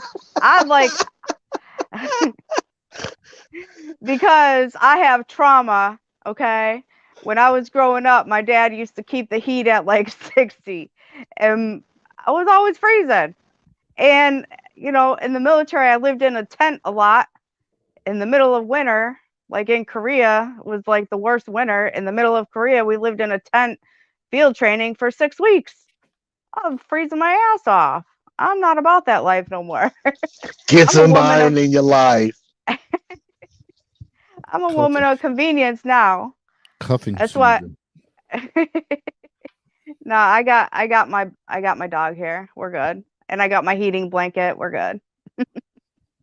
So be a lot of behaviors that when you live together, if you guys don't want, I mean, obviously everybody has different living patterns and behaviors, but if you guys don't come together and gel together with it, like, hey, it's garbage day tomorrow, which damn it is.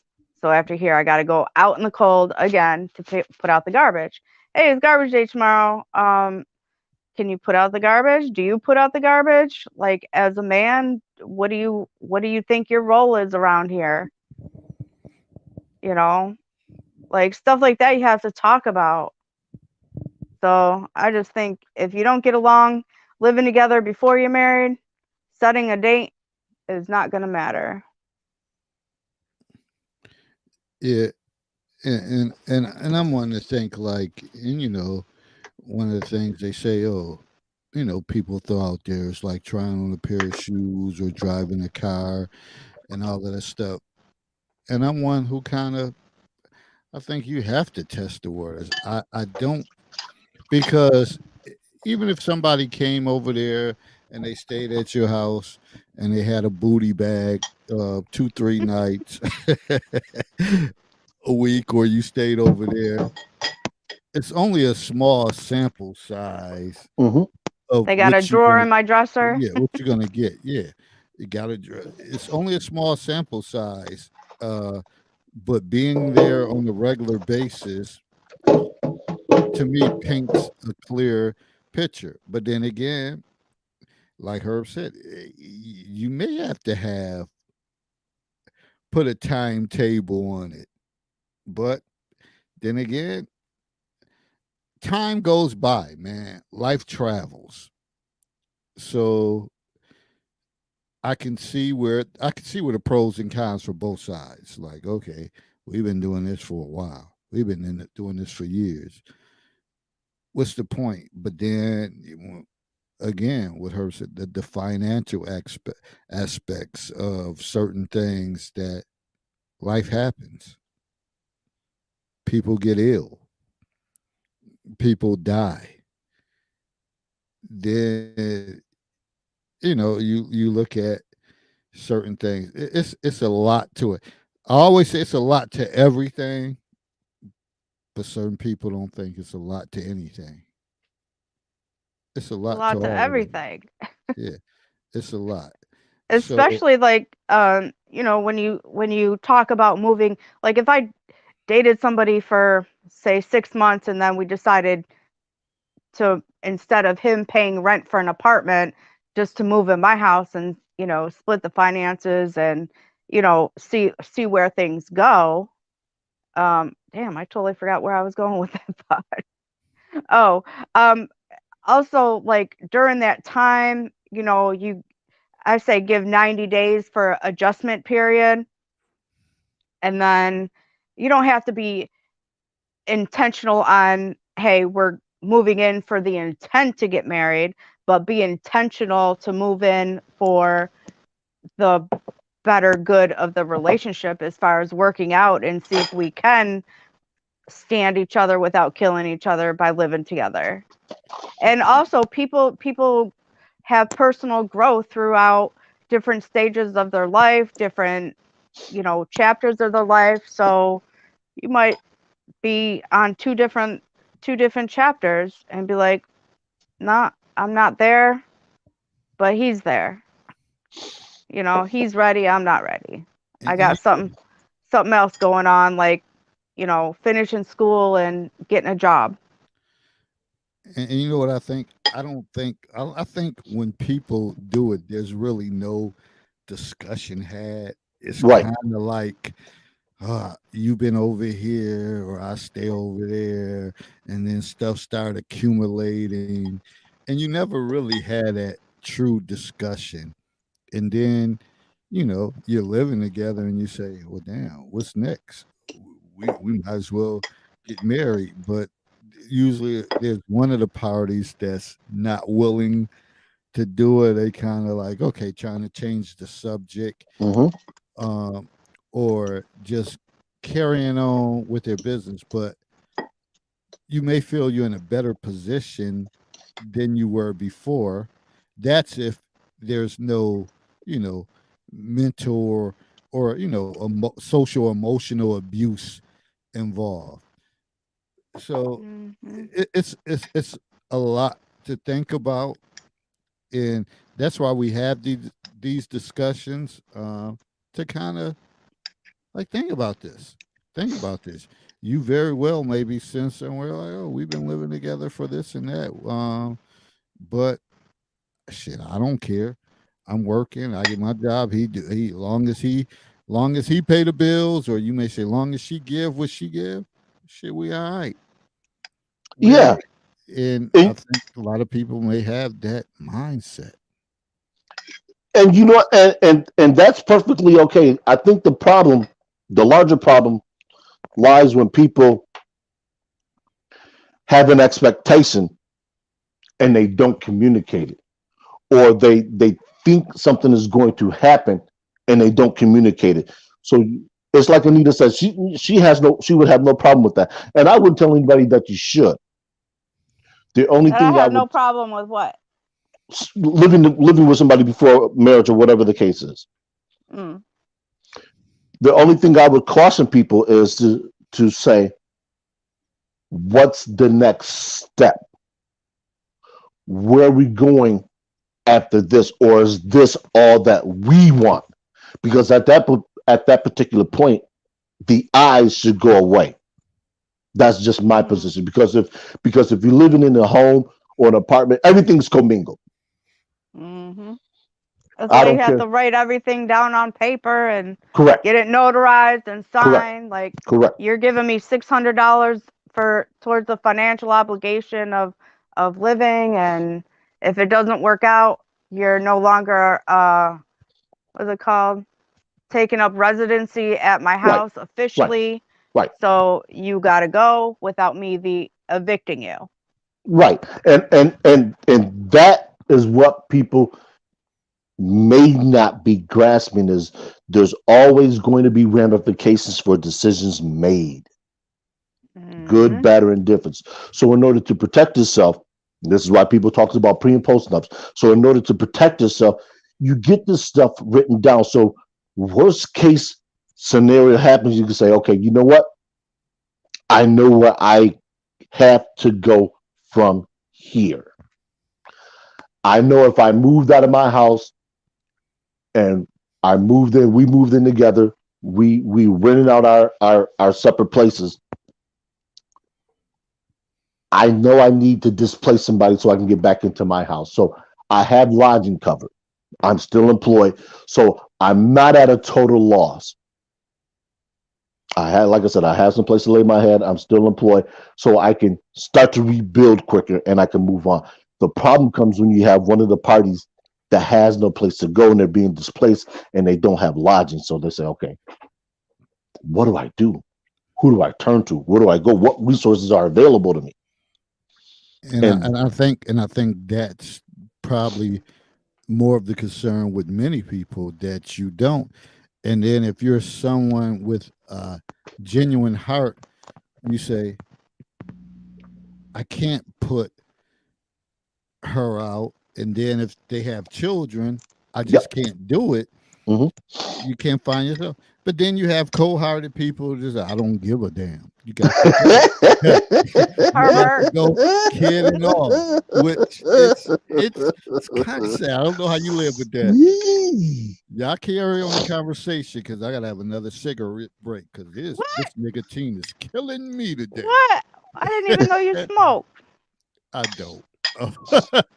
Um, I can be heartless, but this is one of the reasons why I don't date women with minor children because it makes Because you're things heartless. no because well I like I said I can't be heartless, but it makes things Oh, we much know. more easier. I'm all when I can.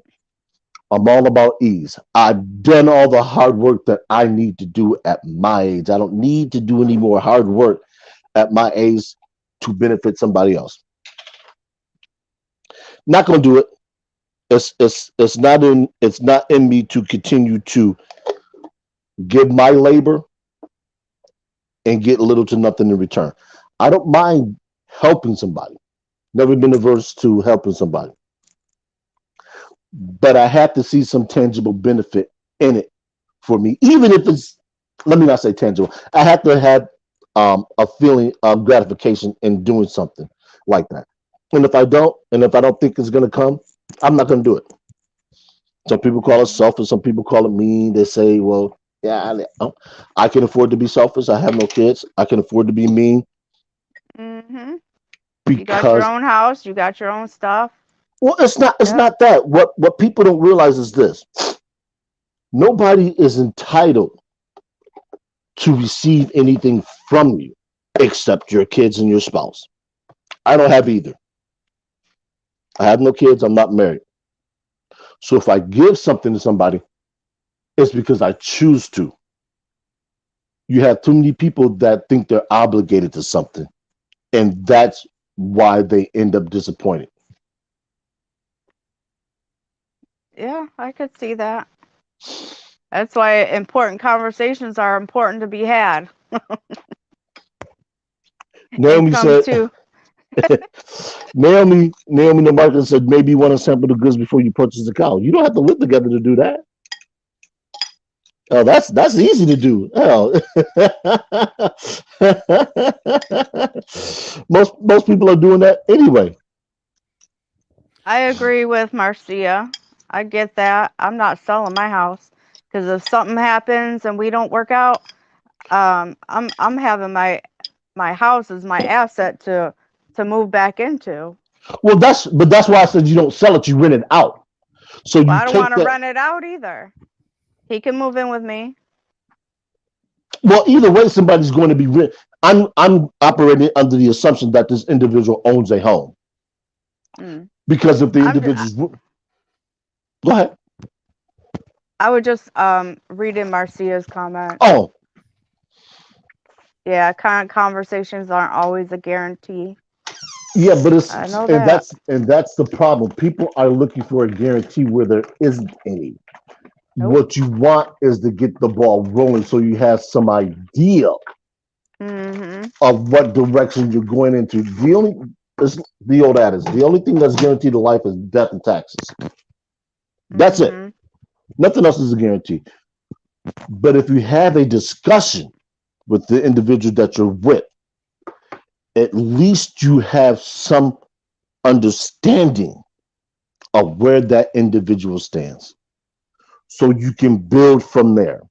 It's case in point.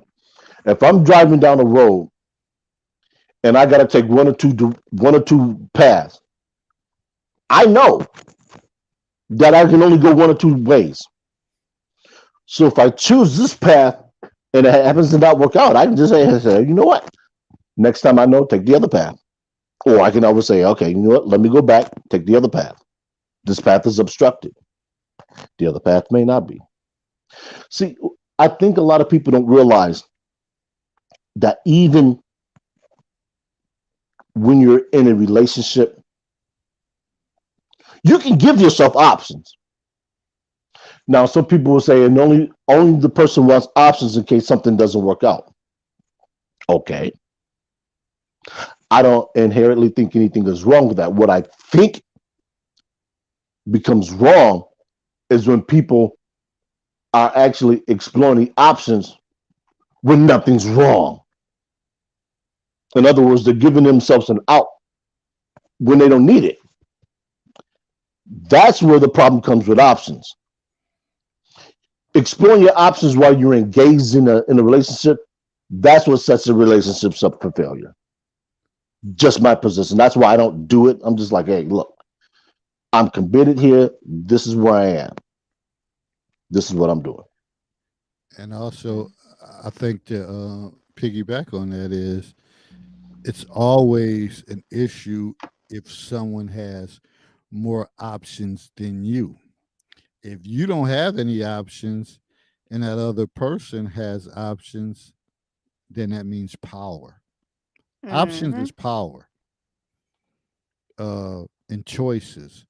The same thing you try to tell anybody. You may tell students or your kids, the more options you have, the more power you have or control you have over your life. But if you get Mhm. into a situation where you don't have any options and that person has options over you, guess what? For dinner, you eat a lot of humble pie. That's why. You eat a That's lot of why. humble pie for dinner. That's why I never want to be in the position that a man can control me by what he does for me. Like, for example, oh, you wouldn't have that if it wasn't for me. Um, I'm set up s- stable enough that I will have what I want, and I don't need you to provide it for me. Need. Now, if you want to gift me something like a chicken finger and some pizza, you know, And I think if that's both different. if both But part I'm never gonna put myself in the position where like I don't have a plan B and I'm just relying on a man to, you know, for things to work out because I don't have anywhere else to go or, you know, any options or I'm not financially stable enough to do anything without him. No, Well, I'm not putting nobody should myself want to. there. Nobody should want to deal with anyone who's going to throw stuff in their face. That's just my thing, But first and foremost. a lot of guys do. A lot of people do. A lot That's of not people. Well, I'm speaking as a woman in relationships. sure. I can't speak for men and how women you know, say stuff in relationships like you wouldn't have this if it wasn't for me. I Well, just speak from my own experiences. well, let's look at Which let's which go ahead. I'm what sorry. which one of the instances was not true. You know, my ex-boyfriend moved here from Florida. I helped him to be with me. I helped him relocate and rented a house, set him up like for everything he needed to live here, set him up with a job, a good job. So when it was time for the homeowners to sell the house that we were renting, I was like, well, I'm just going to buy a house because there's no need to put in another year contract with anywhere else when I could just, buy my own house. So long story short, he thought because we lived together and I bought a house that I wouldn't have my house if it wasn't for him. I'm like, dude, where can you live for $400 a month? Are you kidding me right now? I didn't ask him money for the down payment, closing costs, furniture for the house. I didn't ask him for nothing because I didn't want him to say, well, this is mine. I bought this because, and you wouldn't have this in the house if it wasn't for me, blah, blah, blah. No, I'm not having that. So therefore I independently bought my own house and independently furnished everything. And see, Yeah, but go ahead, Dave. This is where when I talk about, a lot of times people like, oh, when you break up or whatever the case is, don't mean you leave the relationship. You still could be, friends. Most of the time, yeah, that's fine and good if it happens that way. But most of the time, it's an imbalance of power. Yeah. Mm-hmm. And that's where you have the issue like, oh no, we ain't, excuse my language, we ain't fucking buddy. You put me out, or you decided to leave me, and why the hell you think I want to be friends? See, that's how stuff really go down. It's never really a 50-50 like, oh, okay, it's not working out. It was nice. Take care. When the next time you're free, we'll have lunch or whatever. That's No. I don't know what Disney Channel people be watching or whatever the case is. That's not the case. But when you both have equal power or it's a nice balance, then maybe down the road, a couple months or whatever, it ain't even got to be years, you're able to still realize that. But most time, it's an imbalance of power on the reason why people go their separate ways. So people may decide, okay, I'll butter it up and sugar it up, like we still could be friends. No. Well, I want to be friends and you have my shit in garbage bags because it was an imbalance of power and I got to go. Now you And want tomorrow's garbage day. Yeah, like, come on, people, wake up. Wake up. No conversations, man. The conversations, the questions, the people. Just like you always say, David. People have to get comfortable with being uncomfortable. Mm-hmm. I did learn that lesson. And the more questions, the more difficult questions you ask up front, the easier things will be on the back. And that's why I don't believe in there's no such thing as a question that's off limits. I'm not buying that because I ain't selling it. So I tell people, you want to ask me whatever it is you want to ask me, ask me. I'll just tell you, you know what? That's not your concern. And if an individual will say, you know what, that's a deal breaker for me, I have to accept that. Now, more than likely, I'm not going to tell a prospective mate that certain things are off limits. You want to know me? You want to know the things I've been through? I'm going to tell you. I believe in being an open book. However, I'm just not an open book with everyone. And I think that's the distinction that a lot of people have a difficult time making. Because if I get to a point where me and a prospective female, we're out on a date, I'm assuming she wants to know things about me that other people are never going to get to know about me. And a lot of people say, well, I don't want my personal business out there with everybody. Well, so that's simple. Don't date everybody. Don't date everybody. Be selective in who you date. You have too many people that don't know how to be selective, and that's why they have the problem with quote unquote their business being out there, because they're dating in everyone. I don't do that. You got to come highly qualified to get a date with me, or you got to pass some screening, and neither one of those are easy. Oh snap! What's your qualifications? What's the qualifications a woman gotta have for you, Herb? So, well, the very least, she has to have a place of her own, whether she rents or owns. Okay, check. She's got to be gainfully employed. Now, Halfway check. now, a lot of people will say, "Well, what does gainfully employed mean?" That means she has to be able to financially take care of herself. In other words, she ain't asking me for a goddamn penny. Okay, check. I said it. I mean it. I ain't moving. Asking All right, me for a goddamn thing. I checked that box. Okay, 2 down. Go ahead. She's gonna have to accept That your that. heat is on 60 degrees. Oh, that's ancillary. That ain't got nothing to do with it because there's a good chance she's not gonna be here in the winter any goddamn way. But anyway, she has to accept.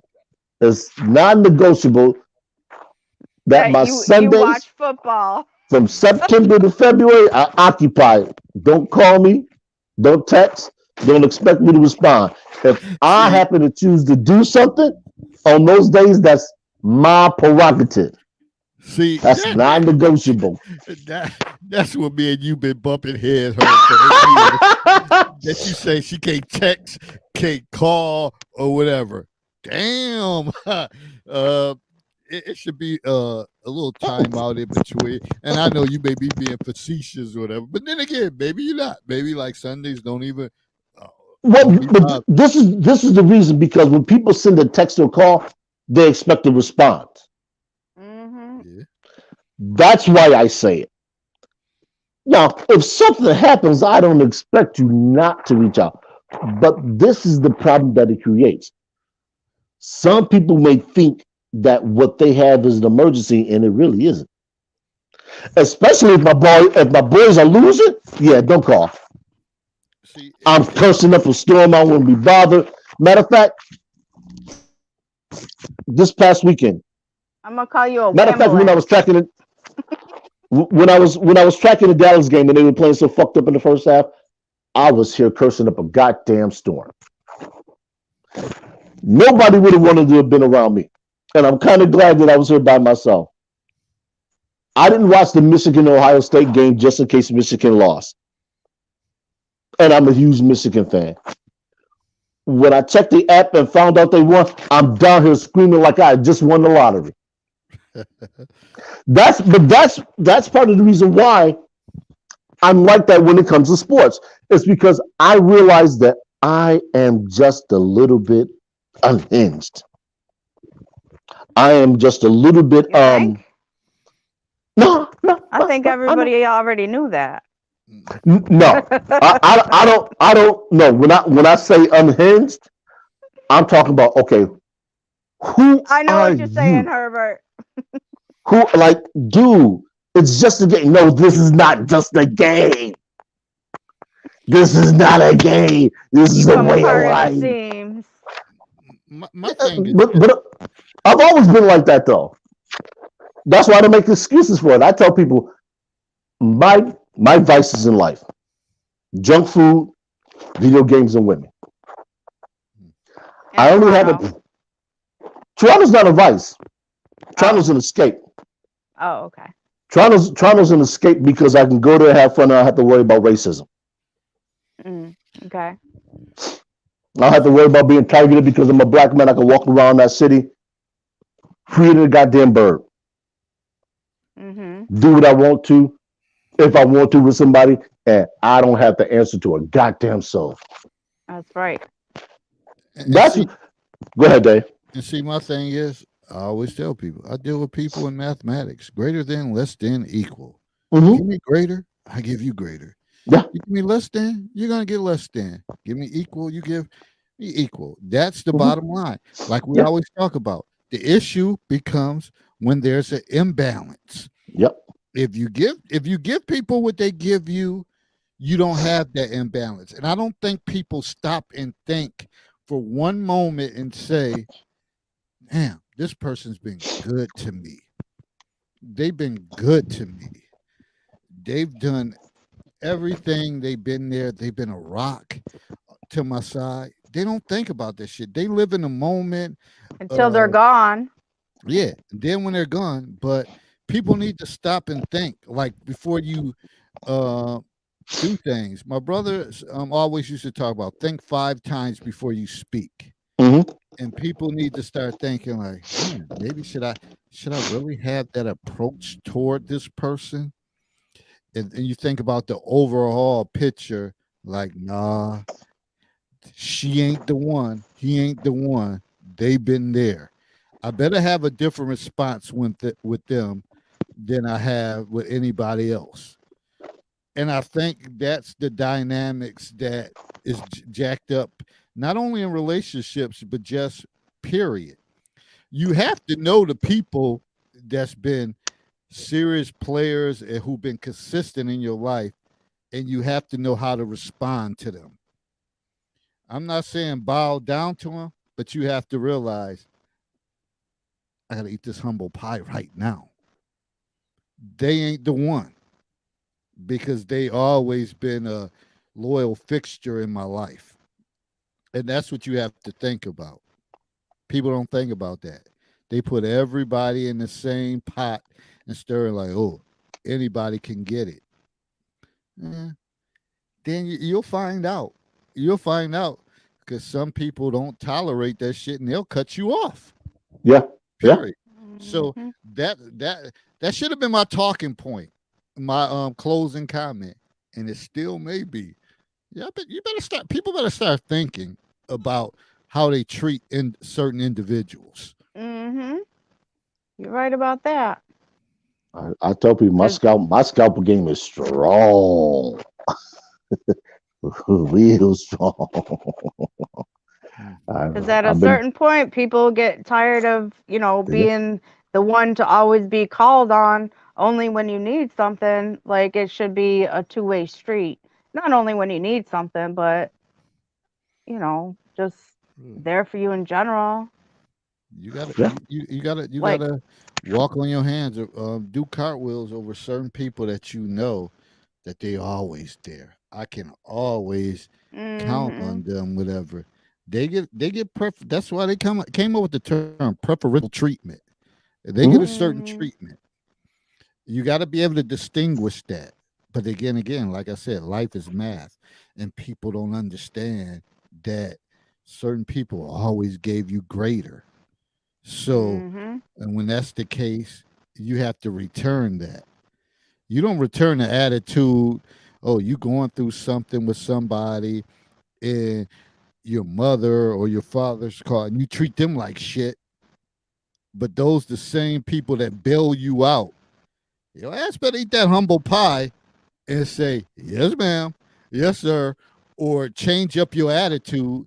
You better have some flexibility or adaptability in your thinking process. Let's But see. then again, people don't Oh, have that.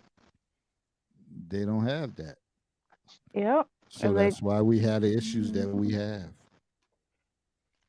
All right, I gotta get out of here. Well, we're going to get out of here. Closing comments, Anita. We talked about a lot. Drop something quickly. Drop it like it's hot. Yeah, drop it. That's all I got to say is drop it like it's hot. See, No, we playing respect goes games. respect goes both ways. So, just be I don't understand why people can't just be nice to each other. Even if her's in mm, a bad mood mm, and be I nice. asked him to do something, help me out, I'm be like talk real nice to him so there's no reason for me to talk not nice to him. What, Herbert? Mm, I can't people get be that bad last mood, chicken finger? bad mood. It's still here. I That's I okay. I made your favorite dish. Humble pie? No, tuna. Okay, Shadow can have my portion. But Anyway, this is the albacore. It's the cut of the cut. I it's don't the know what cream the of the hell crop. y'all got going on. I don't know what the hell going on. But anyhow, it's I don't know, just be kind to one another. I just don't get it. Unless somebody's intentionally being disrespectful. Appreciate those who are in your corner. That's all I got. All right, I'll see you guys later. Thanks right, for having me again. Gap Band said it best. I don't care about them other girls. Just be good to me. Oh yeah, go ahead. You can serenade me later, Herb. Bye. Bye. Get your game plans in order, man. Don't be afraid to share them with anybody. And as always, growth and understanding occurs in a gray area. Godspeed. See you next time. And I already kind of summed up my closing comment, whatever. It's about balance. It's about mathematics, whatever. Being able to adapt to how people treat you. If someone treated you good and always treated you good, that's what you need to look at. I don't know what goddamn issue you got going on, because they don't have to tolerate that. You better be able to think and gather yourself and say, hold on, wait a minute. This humble pie, I need to have a spoonful of this humble pie because this don't pertain to them. And again, greater, less than, equal. Somebody treats you like shit, then it's fair game to treat them like shit. If somebody equal is equal, you match their energy with yours. It's simple. We don't understand math. We don't understand imbalances, so we always go have dysfunctions, and no one takes the time. All it takes is some time, walk away, do something, maybe go to a separate room, listen to music, whatever you do to get right. We're such emotional creatures that we respond right then and there, and it leads to bigger problems. Sometimes you just got to gather your faculties and realize KYP. We always dropping gems here, gems over and over and over for the years. Know your personnel and realize I have to handle them differently because they always treated me differently. And when you start to individualize the way you treat people, you'll get better results. That's all. I got to write that down. Learn to individualize people. You'll get better results. Not everybody's the same. Not everybody deserves the same treatment. But that said, Damn right. we out. Thanks for everybody who tuned in. But still, please like and share the video, and please subscribe to the Controversial Counselor on YouTube. Well, everybody enjoy their week, and again, stay safe. It's about to be December. Yeah. The grimy people they're coming out. They're coming out, and they're looking for vulnerable people during the month of December. And that's real talk for real. So be safe on that, and try to travel with someone, or make sure you're protected, because it's gonna get critical. Yeah, they trifling out here. And with that said, we out. And thank all right, people. Take care. Peace and love, Herb. We out. All right. Peace.